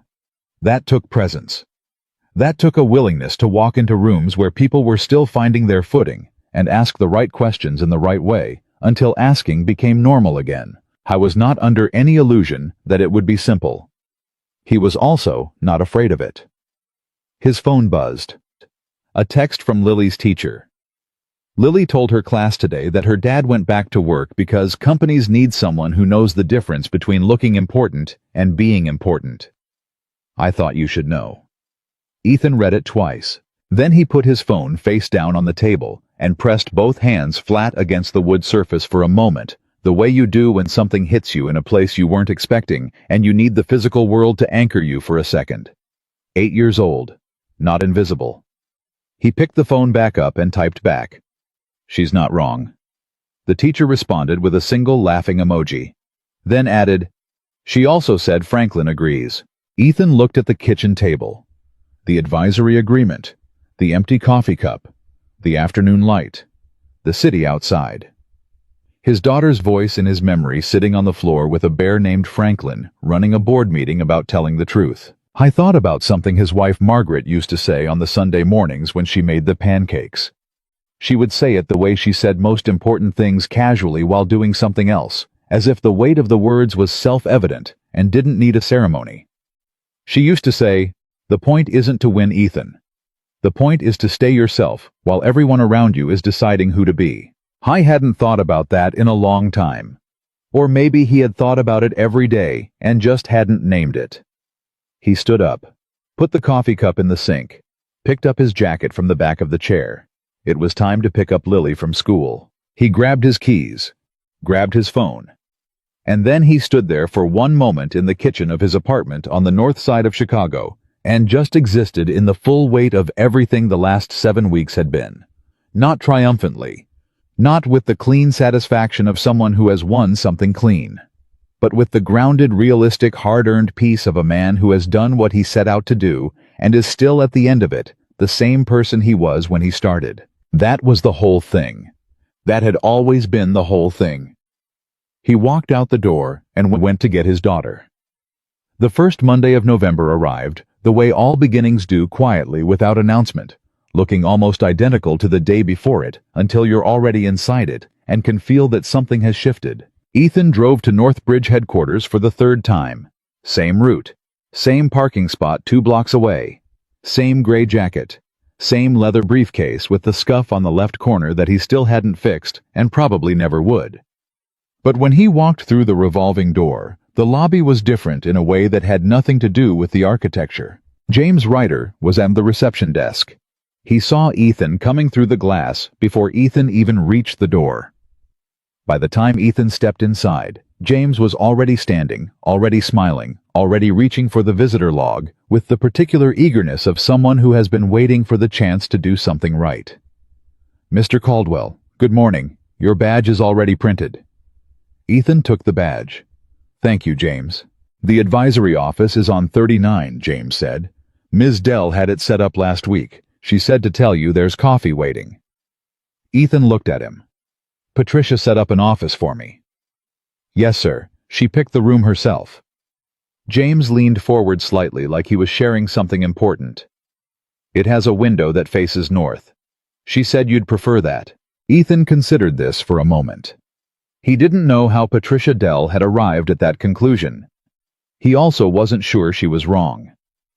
Tell me something, James, Ethan said. How long have you been at this desk? James straightened slightly. 2 years and 4 months. You like it? James paused. Not the pause of someone who didn't have an answer, the pause of someone surprised to have been asked.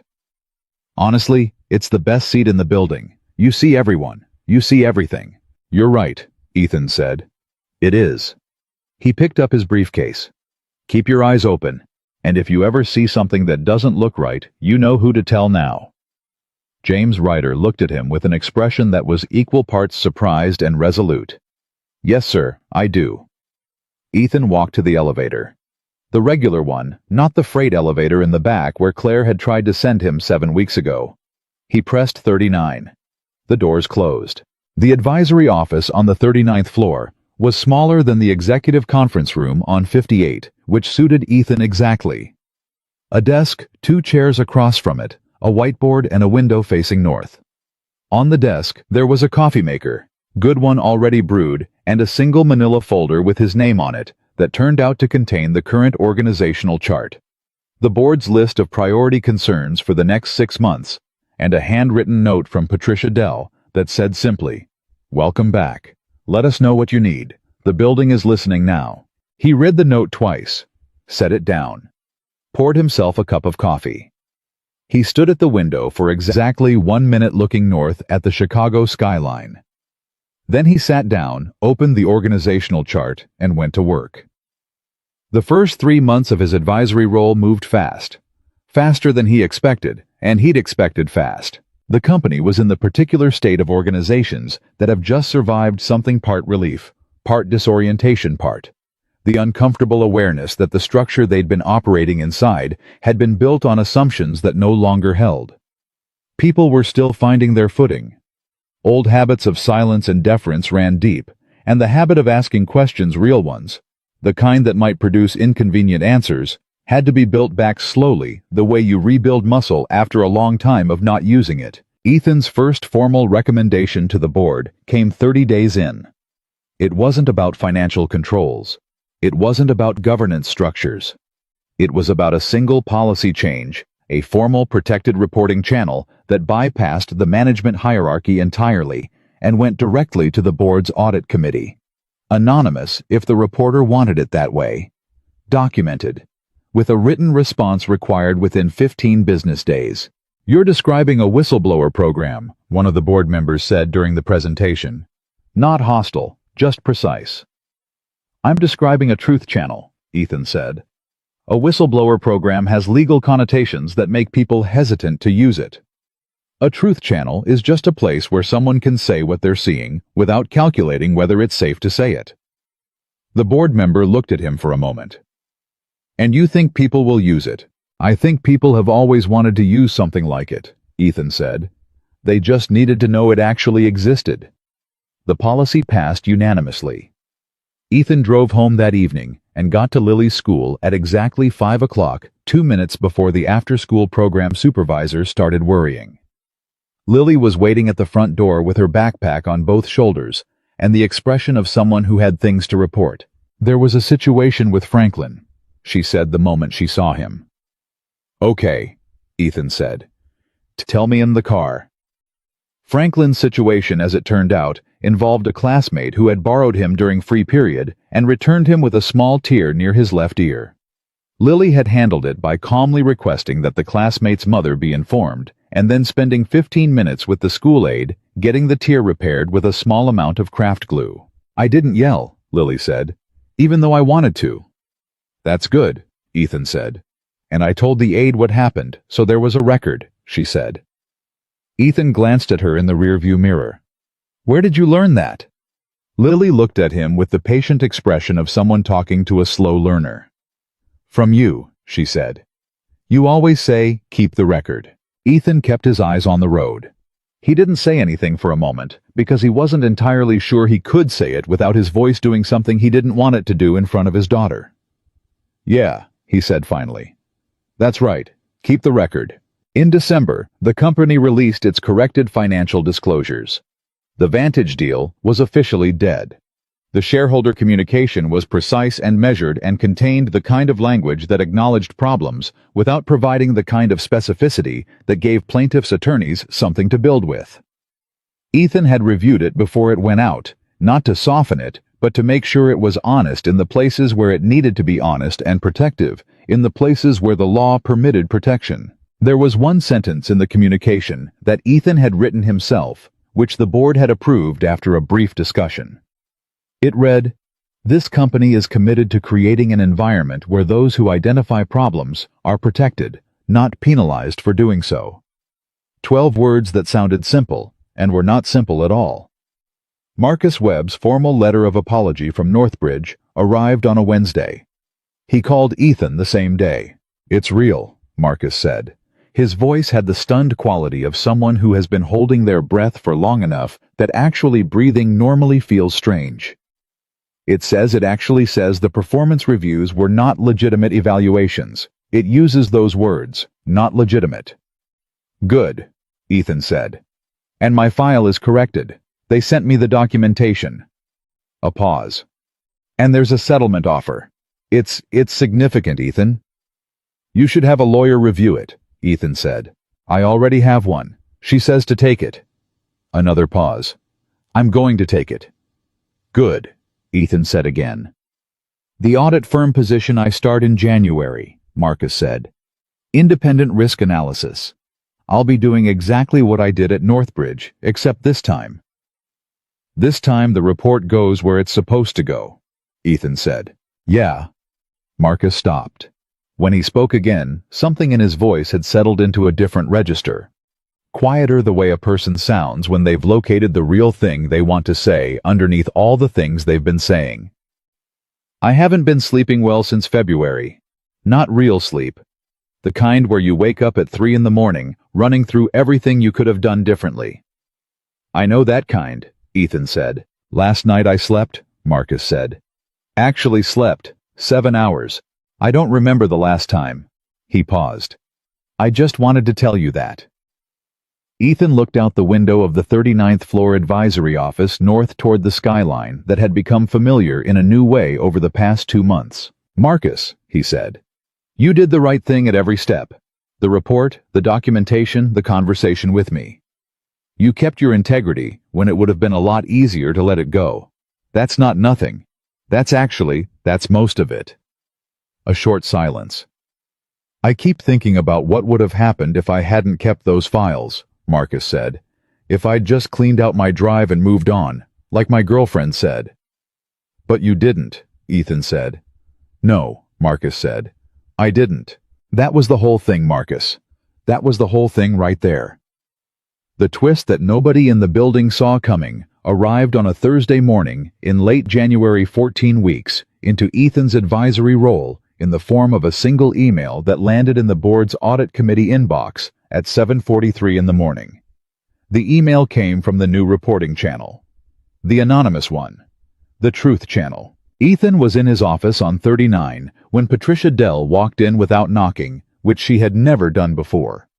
She closed the door behind her and set her tablet on his desk with the email already open. He read it. Then he read it again. The email described a pattern of conduct that had nothing to do with the Vantage acquisition, nothing to do with Gerald Foss, nothing to do with anything that had been covered in the investigation. It was about a different part of the company, entirely the international division, the one Ethan had originally built 12 years ago. Specifically, it described a contracting practice in the European subsidiary that, if the description was accurate, constituted a significant violation of the Foreign Corrupt Practices Act. Not a minor administrative issue, not a gray area, A clear documented multi-year pattern of improper payments to procurement officials in 2 countries, structured to look like consulting fees. The email included attachments, internal documents, wire transfer records, email exchanges between 2 executives in the European division and a third party, the author identified as an intermediary. Ethan looked up from the tablet. Patricia was watching him. Her face had the particular stillness of someone waiting for the room to catch up to what they already know. "When did you read this?" Ethan said. 20 minutes ago, she said. "I came straight here. Have you shown it to anyone else?" "No." Ethan looked at the screen again. The attachments were damning. Not in the vague circumstantial way of the Vantage situation, in the specific documented "here is the paper trail" way that left very little room for alternate interpretation. Someone inside the European division had been keeping records. Detailed ones. The kind of records you keep when you know something is wrong and you've made a decision not yet, but someday to do something about it. "Do you know who sent this?" he asked. "The channel is anonymous," Patricia said. "By design." "I know," Ethan said. "But the documents, the internal ones, these came from someone with significant access. Finance level. Maybe treasury." He paused. "Or legal." Patricia sat down in one of the chairs across from his desk. She pressed her fingertips together. "If this is accurate, it's accurate," Ethan said. He said it with the particular certainty of someone who has spent enough time reading financial documents to know the difference between manufactured evidence and the real thing. The real thing had texture, inconsistency in the small details. The way actual human beings communicate shorthand abbreviations, the fragments of language that only make sense inside a specific organizational culture. This had all of that. This was real. "If this is accurate," Patricia said again quietly, "then the company has a problem that is significantly larger than Vantage." "Yes," Ethan said. "And it's been happening for—" She looked at the dates on the documents, stopped. 5 years. "At least 5 years," Ethan said. "Possibly longer. This is just the documentation the sender had access to." Patricia looked at the tablet. Then she looked at Ethan. And she said the thing that was in the room between them. The thing neither of them had said out loud yet. This happened while Claire was in charge. Ethan was quiet. "Which means the board is going to ask," Patricia said carefully, "whether she knew." "Yes," Ethan said. "They're going to ask that." He stood up, picked up his phone, called David Harrington directly. David answered on the second ring. "Ethan, I need you to convene the audit committee," Ethan said. "This morning if possible. I've received something through the reporting channel. It's significant." A pause. "David, it's more significant than Vantage." A very short silence. Then, "I'll make the calls, 10 o'clock. 10 o'clock, Ethan said. He ended the call and looked at Patricia. "I need to ask you something," he said. "Okay.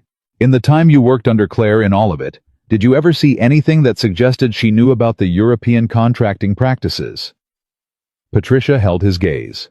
She took the question seriously, the way she had learned in the past 3 months to take questions seriously. "No," she said finally.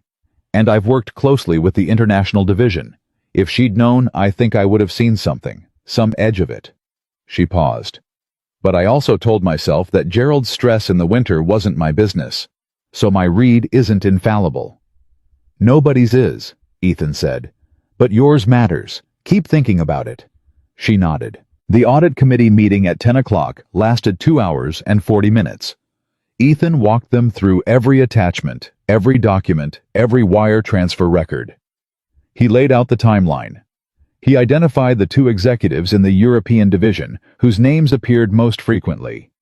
He explained what the Foreign Corrupt Practices Act required, what a self-disclosure to the SEC and DOJ would look like, and what the difference was between a company that reported its own violation versus one that had the violation reported to regulators by someone else. That difference, he explained, was significant. Not just financially, culturally. A company that found its own problem and came forward was a company that had learned something. A company that got caught was a company that had failed twice, once when the problem happened, and once when it chose to look away. "We don't know yet which category we're in," Ethan said, "but we're about to find out. And the decision we make in the next 48 hours about how to handle this will say more about this company's future than anything that's happened in the last 3 months." The room was quiet. One of the board members, a man named Howard Greer, who had been on the board for 14 years and said almost nothing in most meetings, leaned forward. "You're recommending self-disclosure," he said. "I'm recommending you talk to regulatory counsel before making that decision," Ethan said. "But yes, personally, I'm recommending self-disclosure." "Even knowing what that process looks like," Howard said. "The investigations, the potential fines, the public attention."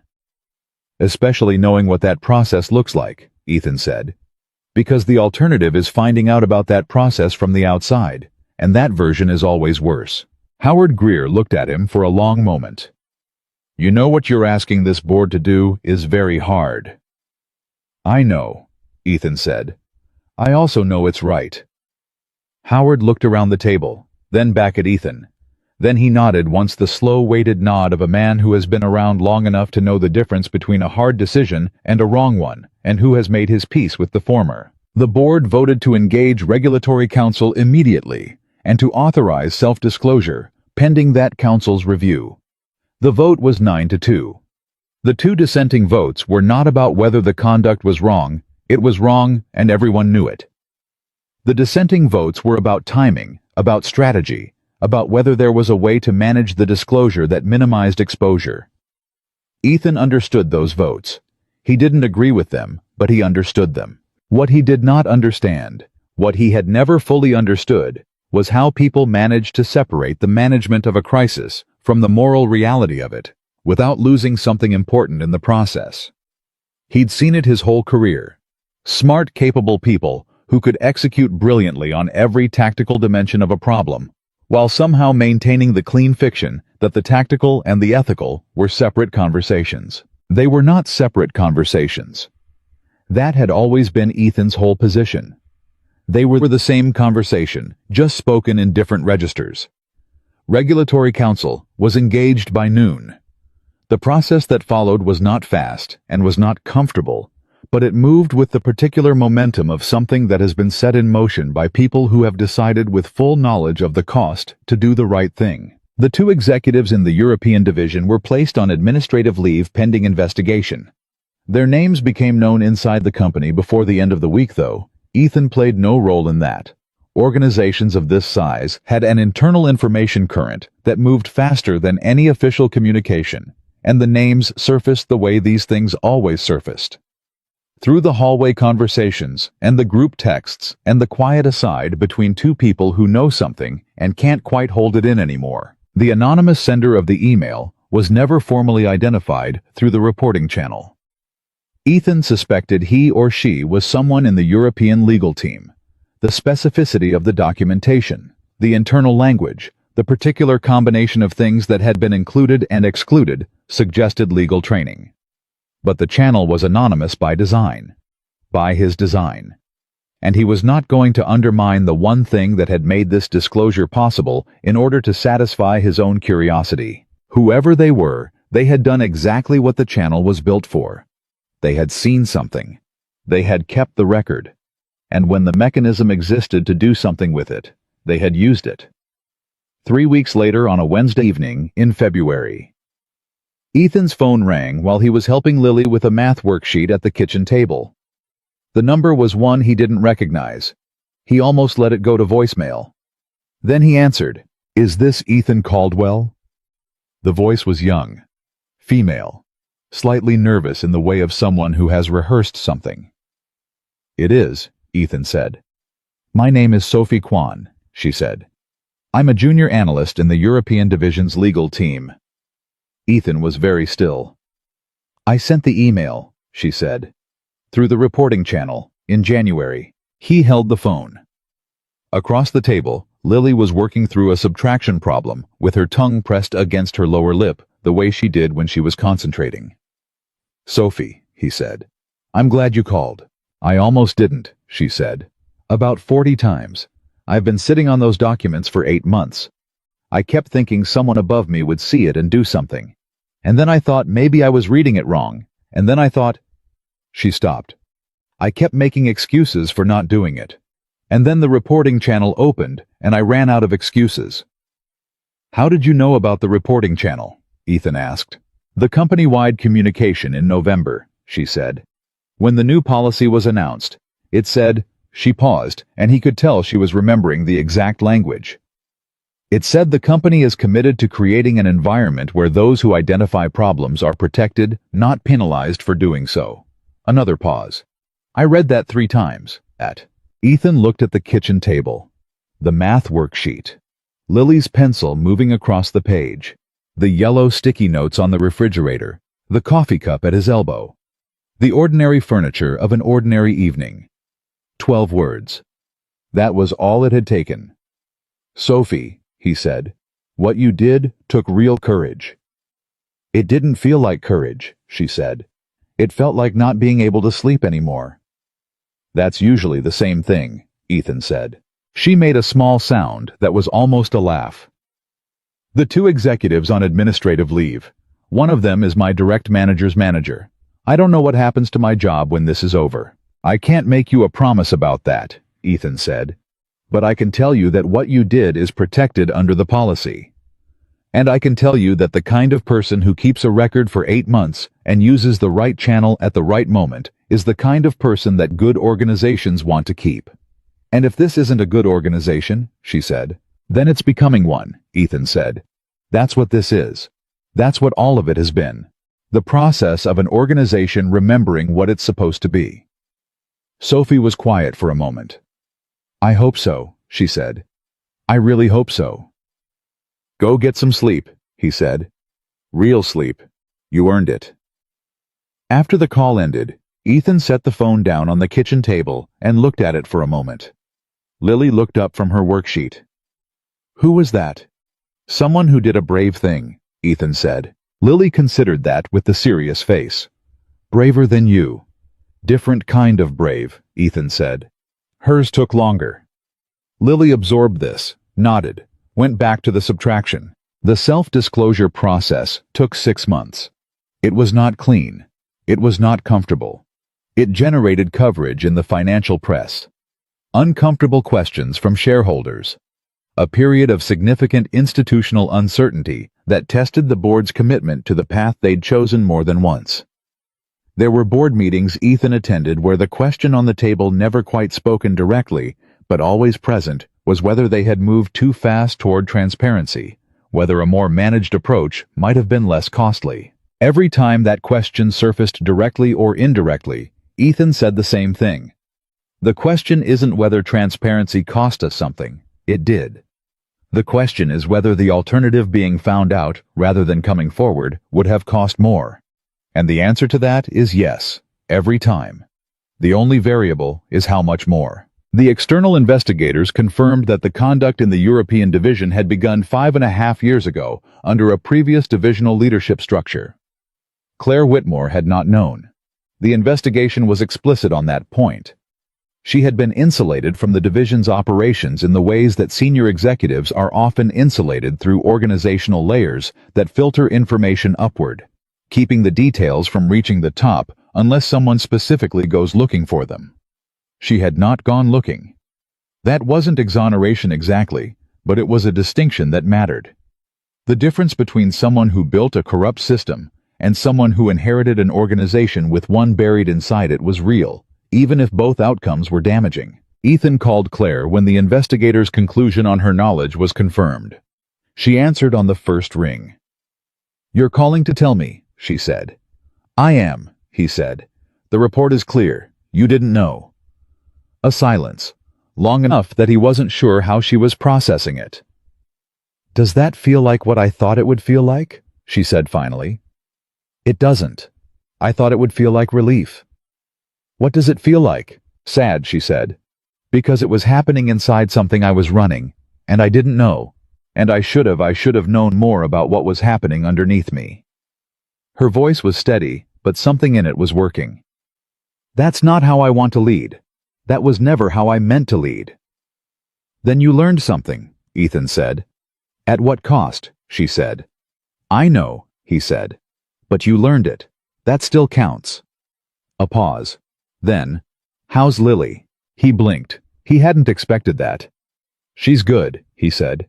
She's really good. Tell her. Claire stopped. Then, tell her Franklin's advice was solid. Ethan didn't ask how she knew about Franklin. He suspected Patricia Dell, who knew everything about everyone in the building, and processed that knowledge with a discretion he had come to deeply respect. I'll tell her, he said. A year after the morning. Ethan Caldwell walked into the Northbridge lobby in his gray jacket with his old leather briefcase. He walked back in again. Same jacket. Same briefcase. Same scuff on the left corner. The lobby was the same in its bones. The marble floors, the high ceilings, the reception desk on its raised platform. But James Ryder was there, and James Ryder stood up the moment Ethan came through the door, and this time he was not alone in doing it. The two other people at the desk stood as well, with the natural ease of people doing something they've done enough times that it no longer requires a conscious decision. Mr. Caldwell, James said. Good morning. Good morning, James. You've got a 9 o'clock on 39. I remember where it is, Ethan said. James grinned. Just checking. Walking through the lobby. Ethan noticed things that had not been there a year ago. Not physical things, the architecture hadn't changed, but the quality of the space had changed. People moved through it differently. They made eye contact. A woman crossing from the elevator bank to the front door caught his glance and nodded in the easy way of someone who felt like she belonged in the room she was walking through. Two younger employees standing near the coffee station were talking. Actually talking with the body language of people who were not calculating whether the conversation was safe. One of them laughed at something. Genuinely. The sound of it carried across the marble without apology. He stood in that lobby for 30 extra seconds just to feel it. The difference between a culture performing wellness and a culture actually beginning to find its footing. He had spent enough time in both kinds of rooms to know the difference, and this was the real thing. Early. Fragile still. The way anything real is fragile in the beginning. But real. He pressed the button for the elevator. When the doors opened on 39, Patricia Dell was standing in the hallway with a coffee in each hand, waiting. She handed him one without a word, which was the most efficient form of welcome he'd experienced in 40 years of professional life. The quarterly review is at 9, she said, falling into step beside him. I know. Howard Greer asked if you'd present the reporting channel metrics, she said. We've had 41 submissions in 6 months. 37 resulted in some form of internal action. 2 were referred to external counsel. 2 were determined to be unfounded. 41 people who saw something and used the channel to say it. 41 versions of Marcus Webb. 41 versions of Sophie Kwan. 41 people who had run the internal calculation and arrived at the decision that what they were seeing mattered more than the risk of saying it. I'll present them, Ethan said. And David wants to discuss the advisory role renewal, Patricia said. Your 12 months is up at end of quarter. Ethan looked at her. What do you think I should do? Patricia was quiet for exactly 1 second. I think you should stay, she said. But I think you should stay on your terms, not the board's, not mine, yours. That's exactly what I think too, Ethan said. She almost smiled. I know. I just wanted you to hear someone else say it. The 9 o'clock meeting went 2 hours. The reporting channel metrics were received the way good news is received by people who have lived through bad news, with the particular quietness of people who are registering something positive and not quite ready to trust it all the way yet, but moving in that direction. Howard Greer asked 3 detailed questions and wrote the answers in the margin of his printed agenda with a pen he kept in his shirt pocket, the way old school board members do. Ethan answered all 3. At the end of the meeting, David Harrington's face appeared on the video screen at the head of the table. He had not been able to attend in person, something Ethan suspected was deliberate, because David had always understood the difference between rooms where his presence helped and rooms where it changed the dynamics in ways that weren't useful. Ethan, David said, before we close out, I want to say something in front of this group." The room waited. "A year ago I asked you to walk into this building and find the truth," David said. "You did that, and then you found more truth than any of us expected. And then you built something that makes it harder for the truth to get buried in the future." He paused. "I want this room to understand something. The reporting channel. The policy changes the work you've done with the culture on 39 floors. None of that happened because Ethan Caldwell is exceptional. It happened because he is consistent. He is the same person in every room, and that turns out to be a very rare thing." The room was quiet. "Thank you," David said. And then the screen went dark. Ethan looked at the table for a moment. Then at Patricia, who was looking at her notepad with the carefully neutral expression of someone successfully managing an emotion. He picked up his coffee cup. "All right," he said. "What's next on the agenda?" He drove home that afternoon in the late winter light, the Chicago skyline behind him and the north side streets ahead.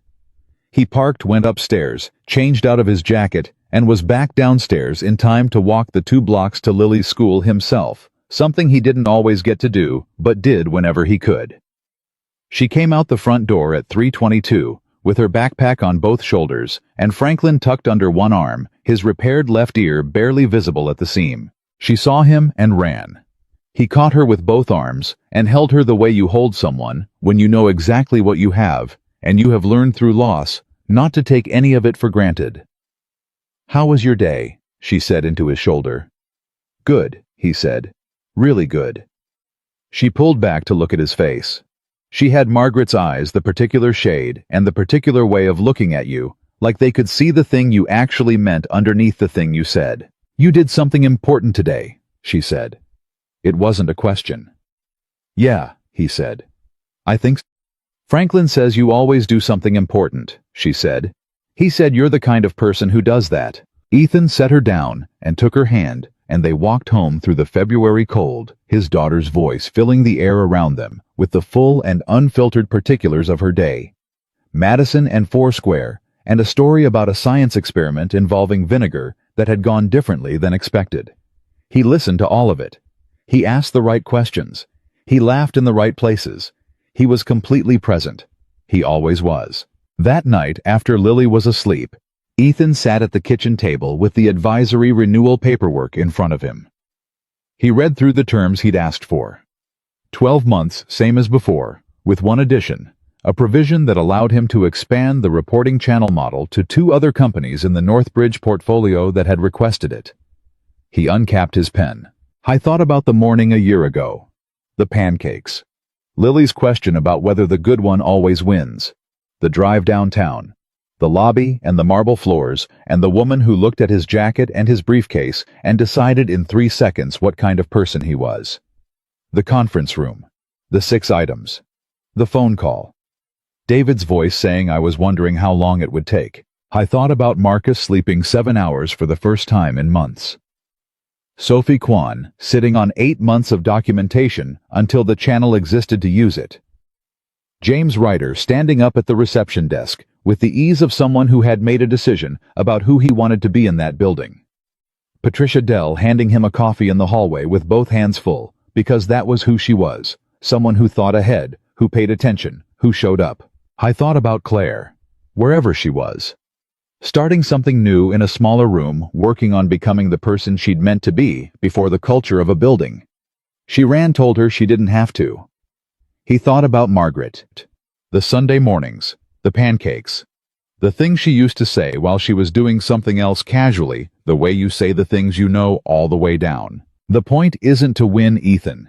The point is to stay yourself while everyone around you is deciding who to be. He signed the paper. He capped the pen. He turned off the kitchen light and walked down the hall to check on Lily the way he did every night, standing in the doorway for 30 seconds, listening to her breathe, looking at the face of the person who was the whole reason he had come home 4 years ago, and the whole reason he was going back now. She was asleep on her side with Franklin tucked against her chest, the repaired ear pressed against her hand. Ethan stood in the doorway for a moment longer than usual. Then he went to bed. Some men spend their whole lives chasing rooms that will finally tell them who they are. Ethan Caldwell already knew, and that in the end was why the room could never take it from him.